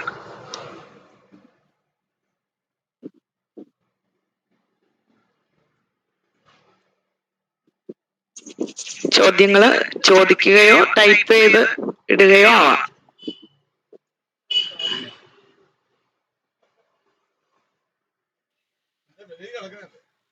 നമസ്കാരം ജയന്തി ടീച്ചർ, കേൾക്കാമോ? കേൾക്കാം മാഷെ. ഞാൻ ബാബുരാജൻ മലയാള സർവകലാശാലയിലെ അധ്യാപകനാണ്. അപ്പൊ എനിക്ക് വളരെ ഇഷ്ടപ്പെട്ടു ഭാരതീയ സൗന്ദര്യ ശാസ്ത്രത്തെ കുറിച്ച് ടീച്ചർ. ഇതൊരു വലിയ വിഷയമാണ്, ഒരു സാഗരം പോലുള്ള ഒരു വിഷയമാണ്. അത് വളരെ കുറഞ്ഞ സമയത്തിനകത്ത് തന്നെ അതെല്ലാം പരാമർശിക്കുന്ന രീതിയിലുള്ള ഒരു പ്രഭാഷണമായിരുന്നു. അപ്പൊ അതിനോടുള്ള ഒരു നന്ദിയും സന്തോഷം ആദ്യം അറിയിക്കുന്നു. പിന്നെ എനിക്ക് 1-2 സംശയങ്ങൾ ഇത് സംബന്ധിച്ചുള്ളത്. ഒന്ന്, ഈ സ്ത്രീ കഥാപാത്രങ്ങൾ അതുപോലെ നീച കഥാപാത്രങ്ങളൊക്കെ പ്രാകൃതം ഉപയോഗിക്കാറുണ്ട്, അല്ലെ ഉപയോഗിക്കുന്ന നാടകങ്ങളിൽ എന്ന് പറയാറുണ്ട്. അതേക്കുറിച്ചിട്ട് ഒന്ന് വിശദീകരിക്കണം. ഒന്നതാണ്. 2-3 കാര്യങ്ങളുണ്ട്. പിന്നെ ഉള്ള ഒരു സംശയം, ദേവനാം പ്രിയ എന്ന വാക്കിന് ലക്ഷണാർത്ഥത്തിൽ വിഡ്ഢി അല്ലെങ്കിൽ ശുംഭൻ എന്നൊക്കെ പറഞ്ഞു, എങ്ങനെയാണത് വരുന്നത് എന്നൊന്ന് വിശദീകരിച്ചാൽ നന്നായിരുന്നു. പിന്നെ ടീച്ചർ ലോകധർമ്മിയെ വിശദീകരിച്ചു, പക്ഷെ നാട്യധർമ്മിയെ കുറിച്ചൊന്നും കൂടെ വിശദീകരിച്ചാൽ സന്തോഷം. അതുപോലെ പിന്നൊരു കാര്യമുള്ളത്, ഈ രസം. ഇപ്പോ രസം എന്ന് പറയുന്നത് നമ്മള് നവരസങ്ങൾ എന്നൊക്കെ പറഞ്ഞു, പിന്നെ അതിന്റെ സംഖ്യ ഇങ്ങനെ മാറി മാറി വരുന്നു. അപ്പൊ 17-ാം നൂറ്റാണ്ടെത്തുമ്പോ അത് പിന്നെ ഭക്തിയാണ് മുഖ്യരസം, അല്ലെങ്കിൽ ഭക്തിയിൽ അവസാനിക്കുന്ന ഒരു സത്യത്തിൽ നമ്മൾ ഈ രസചിന്തയുടെ ഒരു അന്തിമമായ ഒരു ഫലം എന്താണ്? അതിന്റെ ഈ 17-ാം നൂറ്റാണ്ടിന് ശേഷം പിന്നെ അതിൽ മാറ്റമൊന്നും ഉണ്ടായിട്ടില്ലേ എന്നൊരു കാര്യം. ഒരു ചോദ്യം കൂടെ ചോദിക്കാം. ഞാൻ തന്നെ ചോദിച്ചിട്ടില്ല, ഇതും കൂടെ ചോദിക്കാം. നമ്മൾ ഭാരതീയ സൗന്ദര്യ ശാസ്ത്രത്തെ കുറിച്ച് പറയുമ്പോൾ നമ്മളിപ്പോ പാശ്ചാത്യ പൗരസ്ത്യ സിദ്ധാന്തങ്ങളൊക്കെ താരതമ്യം ചെയ്ത് പറയാറുണ്ട് പഠിപ്പിക്കുമ്പോഴൊക്കെ. അങ്ങനെ വരുമ്പോ ഈ താരതമ്യം ഏതുവരെ നമുക്ക് കൊണ്ടുപോകാം? ഇപ്പോ രസസിദ്ധാന്തം നമ്മള് അരിസ്റ്റോട്ടലിന്റെ കഥാർസിസുമായിട്ട് അങ്ങനെയൊക്കെ. അപ്പൊ അങ്ങനെ ഏതെല്ലാം സിദ്ധാന്തങ്ങൾ നമുക്കിങ്ങനെ താരതമ്യം ചെയ്യാൻ പറ്റും? നന്ദി. കുറെ അധികം ചോദ്യങ്ങളായി തോന്നുന്നു. നന്നായിരുന്നു ക്ലാസ്. സന്തോഷം. പറയട്ടെ, അല്ലെങ്കിൽ ഞാൻ മറന്നു. ആയിക്കോട്ടെ ടീച്ചറെ, ഒരു കാര്യം കൂടെ ടീച്ചറെ, ഈ ദേവാനാം പ്രിയ എന്നുള്ളത് അശോകന്റെ ഒരു വിശേഷണവാക്യമായിട്ട് ശാസനങ്ങളിൽ കാണുന്നതുമാണല്ലോ. അപ്പൊ എനിക്കും അതെന്താന്ന് അറിയാനൊരു കൗതുകമുണ്ട്. പറയൂ ടീച്ചർ. ദേവാനാം പ്രിയ നമ്മൾ ഫിലോളജി പഠിക്കുമ്പോഴേ ഈ എങ്ങനെയാണ് ഒരു വാക്കിനെ ഈ അപചയം സംഭവിക്കുക എന്നുള്ളത് പഠിക്കുന്ന ഒരു വാക്കാണ് ഈ ദേവാനാം പ്രിയ. അതെനിക്ക് തോന്നുന്നു ഇപ്പൊ ഇനി ബുദ്ധമതക്കാരെ കളിയാക്കിക്കൊണ്ട് ചിലപ്പോ വിഡ്ഢി എന്നുള്ള അർത്ഥത്തിലേക്ക് ആക്കിയതും ആവാം, സാമൂഹികമായിട്ടേ. അങ്ങനെ ആവാം. അത് അങ്ങനെയാണ് കൂട്ടി വായിക്കുമ്പോ അതിന് അങ്ങനെ ഒരു അർത്ഥമുണ്ട്. ഇപ്പൊ നമ്മൾ ഈ ഇംഗ്ലീഷിലൊക്കെ അങ്ങനെയല്ലോ, പല വാക്കുകളും ഒറ്റയ്ക്ക് ആകുമ്പോൾ ഒരർത്ഥം, കൂട്ടി വായിക്കുമ്പോൾ അതിന് വേറൊരു അർത്ഥം ഉണ്ടല്ലോ. അപ്പൊ അങ്ങനെ അത് അങ്ങനെ ഒരു ഇതില് ഉള്ളതാണ്. പിന്നെ എല്ലാ ചോദ്യം ഞാൻ മറന്നു പോകുമെന്ന് എനിക്ക് അറിഞ്ഞൂടാ. പിന്നെ ഈ സാർ ചോദിച്ച പ്രാകൃതം, അത് സ്ത്രീ കഥാപാത്രങ്ങൾക്ക് പ്രാകൃതം തന്നെയാണ്. എനിക്കത് ഇഷ്ടമാണ്. കാരണം ഞാൻ പ്രാകൃതം ഇപ്പോൾ ഈ കൂടിയാട്ടമൊക്കെ ബന്ധപ്പെട്ട് എനിക്ക് പ്രാകൃതം സംസാരിക്കാനും ഇഷ്ടമാണ്. പ്രാകൃതത്തിലെ കാര്യങ്ങൾ വായിക്കാൻ എനിക്കിഷ്ടമാണ്. ഞാൻ അത് ഇഷ്ടപ്പെടുന്ന ഒരാളാണ്. കാരണം എന്താ വെച്ചാൽ ഇപ്പൊ സംസാരിക്കുമ്പോൾ തന്നെ എനിക്കറിയാം, ഇപ്പൊ ഞാനൊരു അക്കാഡമിക് ലോകത്തില് ഇങ്ങനെ വളരെ സാധാരണ ഭാഷയിൽ സംസാരിക്കരുത്. സാധാരണഗതിയിൽ ഒരു ടോക്ക് എന്നൊക്കെ പറയുമ്പോൾ വളരെ പ്രൗഢമായ ഭാഷയില്, വളരെ നിങ്ങൾക്കൊക്കെ അറിയാലോ, മലയാള ഭാഷാ പണ്ഡിതന്മാരൊക്കെ സംസാരിക്കുന്ന ചില ഭാഷകളുണ്ട്. ആ ഭാഷയിൽ സംസാരിക്കണമായി, ശരിക്കും അങ്ങനെയാണ് സംസാരിക്കേണ്ടത്. പക്ഷെ എന്നെ കൊണ്ട് അത് പറ്റില്ല. എനിക്ക് ഇങ്ങനെ വളരെ ലളിതമായ, ഇതാണ് ഞാൻ സ്ത്രീകൾക്ക് പ്രാകൃതം എന്നുള്ളതിൽ കൂടെ ഞാൻ മനസ്സിലാക്കുന്നത്. കാരണം വളരെ സാധാരണക്കാരുടെ ഭാഷയിൽ കൂടെയും എത്ര വലിയ ആശയം പറയാനൊക്കെ പറ്റും. അപ്പോ പ്രാകൃതം എന്നുള്ളത് ഈ നാടകത്തിലെ സ്ത്രീകൾക്ക് ഉണ്ട്. അത് സംസ്കൃതത്തിനെ ഉയർത്തി കാണിക്കാനും പ്രാകൃതത്തിനെ ഇകഴ്ത്തി കാണിക്കാനും അല്ല. സാധാരണക്കാരുടെ ഭാഷ പ്രാകൃതമാണ്. അതുകൊണ്ട് തന്നെ സാധാരണ കഥാപാത്രങ്ങളൊക്കെ പ്രാകൃതം പറയുകയും ചെയ്യുന്നു എന്നാണ് ഞാൻ അങ്ങനെ മനസ്സിലാക്കാനാണ് എനിക്കിഷ്ടം. തിരിച്ചും ഉണ്ടാവാട്ടോ. പിന്നെ ഇനി അടുത്ത നാട്യധർമ്മിയും ലോകധർമ്മിയുമാണ്. അപ്പൊ നാട്യധർമ്മി എന്നുള്ള ഞാൻ ഉദാഹരണം, ഇപ്പൊ ക്രിക്കറ്റ് കാണുന്ന ഒരാൾക്ക് ക്രിക്കറ്റിന്റെ ആ സ്ഥലത്ത് മാത്രമാണ് ഇങ്ങനെ കാണിച്ചാൽ 4 എന്നുള്ളത്, അല്ലെങ്കിൽ ഇങ്ങനെ കാണിച്ചാൽ 6 ആണ് എന്നുള്ളത് ആ ഒരു സ്ഥലത്ത് മാത്രമേ ഉള്ളൂ. ആ ആളെന്നെ അവിടെ തന്നെ ഉള്ള ആള് ആ ക്രിക്കറ്റ് കണ്ടോണ്ടിരിക്കുന്ന, അല്ലെങ്കിൽ വേണമെങ്കിൽ അമ്പയറോ അല്ലെങ്കിൽ അവിടെ കണ്ടോണ്ടിരിക്കുന്ന ആൾക്കാർക്കൊക്കെ ഇങ്ങനെ അവിടെ ഇങ്ങനെ കാണിച്ച 6 ആണെന്നറിയാം. അയാൾ കടയിൽ പോയിട്ട് എനിക്ക് ഇത്ര സിഗരറ്റ് വേണമെന്ന് പറഞ്ഞാൽ നടക്കുമോ? 6 എന്ന് പറയോ? ഇല്ല. ഇതാണ് നാട്യധർമ്മിയുടെ പ്രത്യേകത. ആ ഒരു പ്രത്യേക സ്ഥലത്ത് മാത്രമേ അതിന് അർത്ഥമുള്ളൂ. അത് നാട്യധർമ്മിയാവുമ്പോൾ നമ്മൾ ആ ചില ടെക്നിക്ക് അല്ലെങ്കിൽ ചില സങ്കേതങ്ങള് ആ ഒരു പ്രത്യേക സ്ഥലത്ത് മാത്രമേ അതിന് അർത്ഥമുള്ളൂ. അതാണ് നാട്യധർമ്മി എന്നുള്ള ഏറ്റവും ലളിതമായിട്ട് പറയാൻ പറ്റുന്നത്.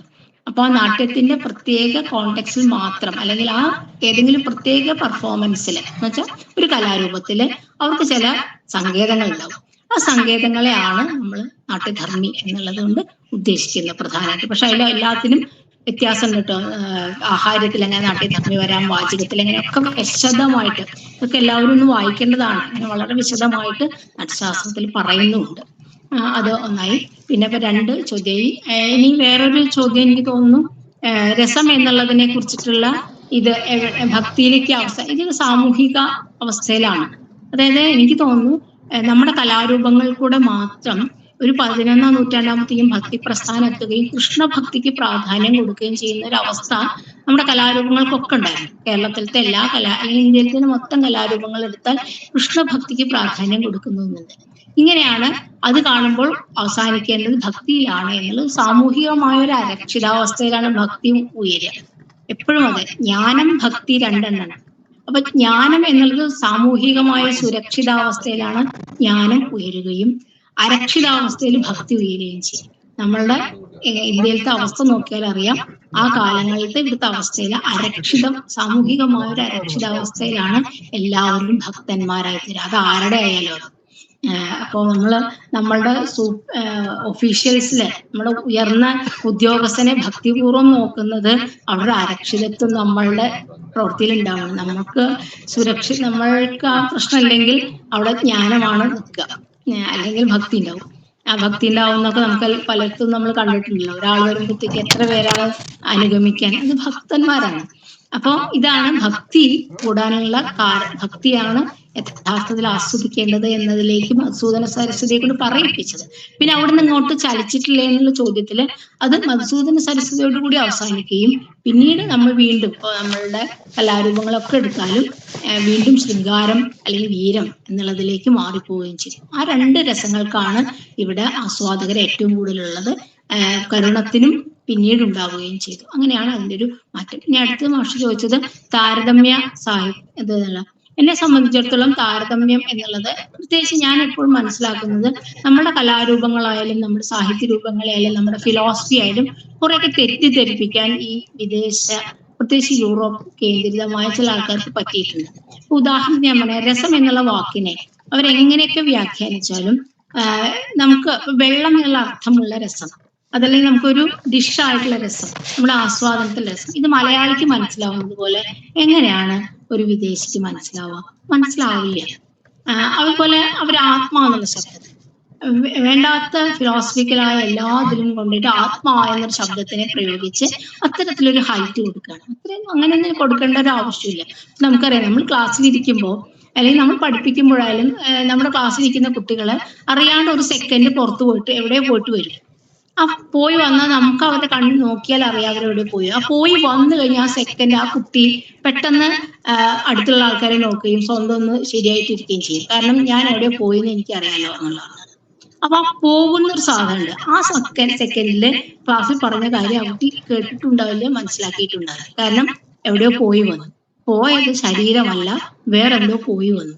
ആ പോയി വന്ന സാധനമാണ് ആത്മാവ്. അത്രേ ഉള്ളൂ. നമുക്കത് ഫീൽ ചെയ്യുന്നതാണ്. അപ്പൊ അതിനെ വെറുതെ കൊണ്ടുപോയി അതുപോലെ തന്നെ ഇങ്ങനെ പല വാക്കുകളും അതായത് അവര് കൊണ്ടുപോവുകയും അവരതിനെ വീണ്ടും ട്രാൻസ്ലേറ്റ് ചെയ്ത് നമുക്ക് തരികയും നമ്മൾ അതിനെ വീണ്ടും മലയാളത്തിലേക്ക് ട്രാൻസ്ലേറ്റ് ചെയ്യുക അല്ലെങ്കിൽ പകുതി സംസ്കൃതത്തിൽ ട്രാൻസ്ലേറ്റ് ചെയ്യുന്ന അർത്ഥം എവിടെയോ എത്തും. അപ്പൊ അങ്ങനെയല്ലാതെ എന്തിനാണ് ഇതിലൊരു മീഡിയ? ഞാൻ എപ്പോഴും മനസ്സിലാക്കാറുണ്ട്, ആരെന്ത് കലയെക്കുറിച്ച് കേരളത്തിലെ ഒരു കലയെക്കുറിച്ച് പറയാൻ വേണ്ടിയിട്ട് എന്തിനാണ് ഒരു വിദേശിയുടെ സഹായം? നമുക്ക് ആ കല കാണുകയും നമുക്ക് നമ്മുടേതായ ഭാഷയിൽ ഇതിനെക്കുറിച്ച് സംസാരിക്കാൻ കഴിയുകയും ചെയ്യുമ്പോഴാണല്ലോ നമുക്കെല്ലാവരും കൂടുതൽ മനസ്സിലാവുക. എങ്ങനെയാണ് പുറമെ ഒരാൾക്ക് മനസ്സിലാവുന്നത്?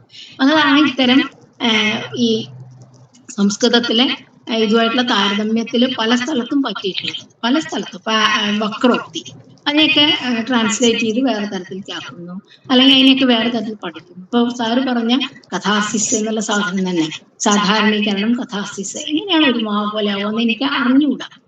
അത് അങ്ങനെയാണെന്ന് പറഞ്ഞു വെച്ചിട്ടുണ്ട്, രണ്ടും ഒന്നാണ് എന്ന് പറഞ്ഞു.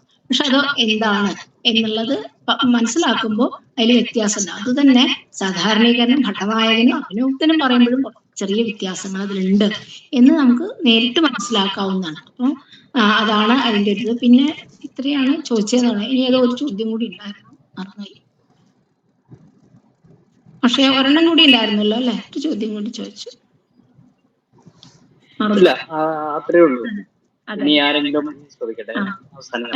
അതിന് ഇത് ഞാൻ എന്തൊരു വേർഷം പറഞ്ഞു കേട്ടോ, മാഷ്ടത് അംഗീകരിക്കണം.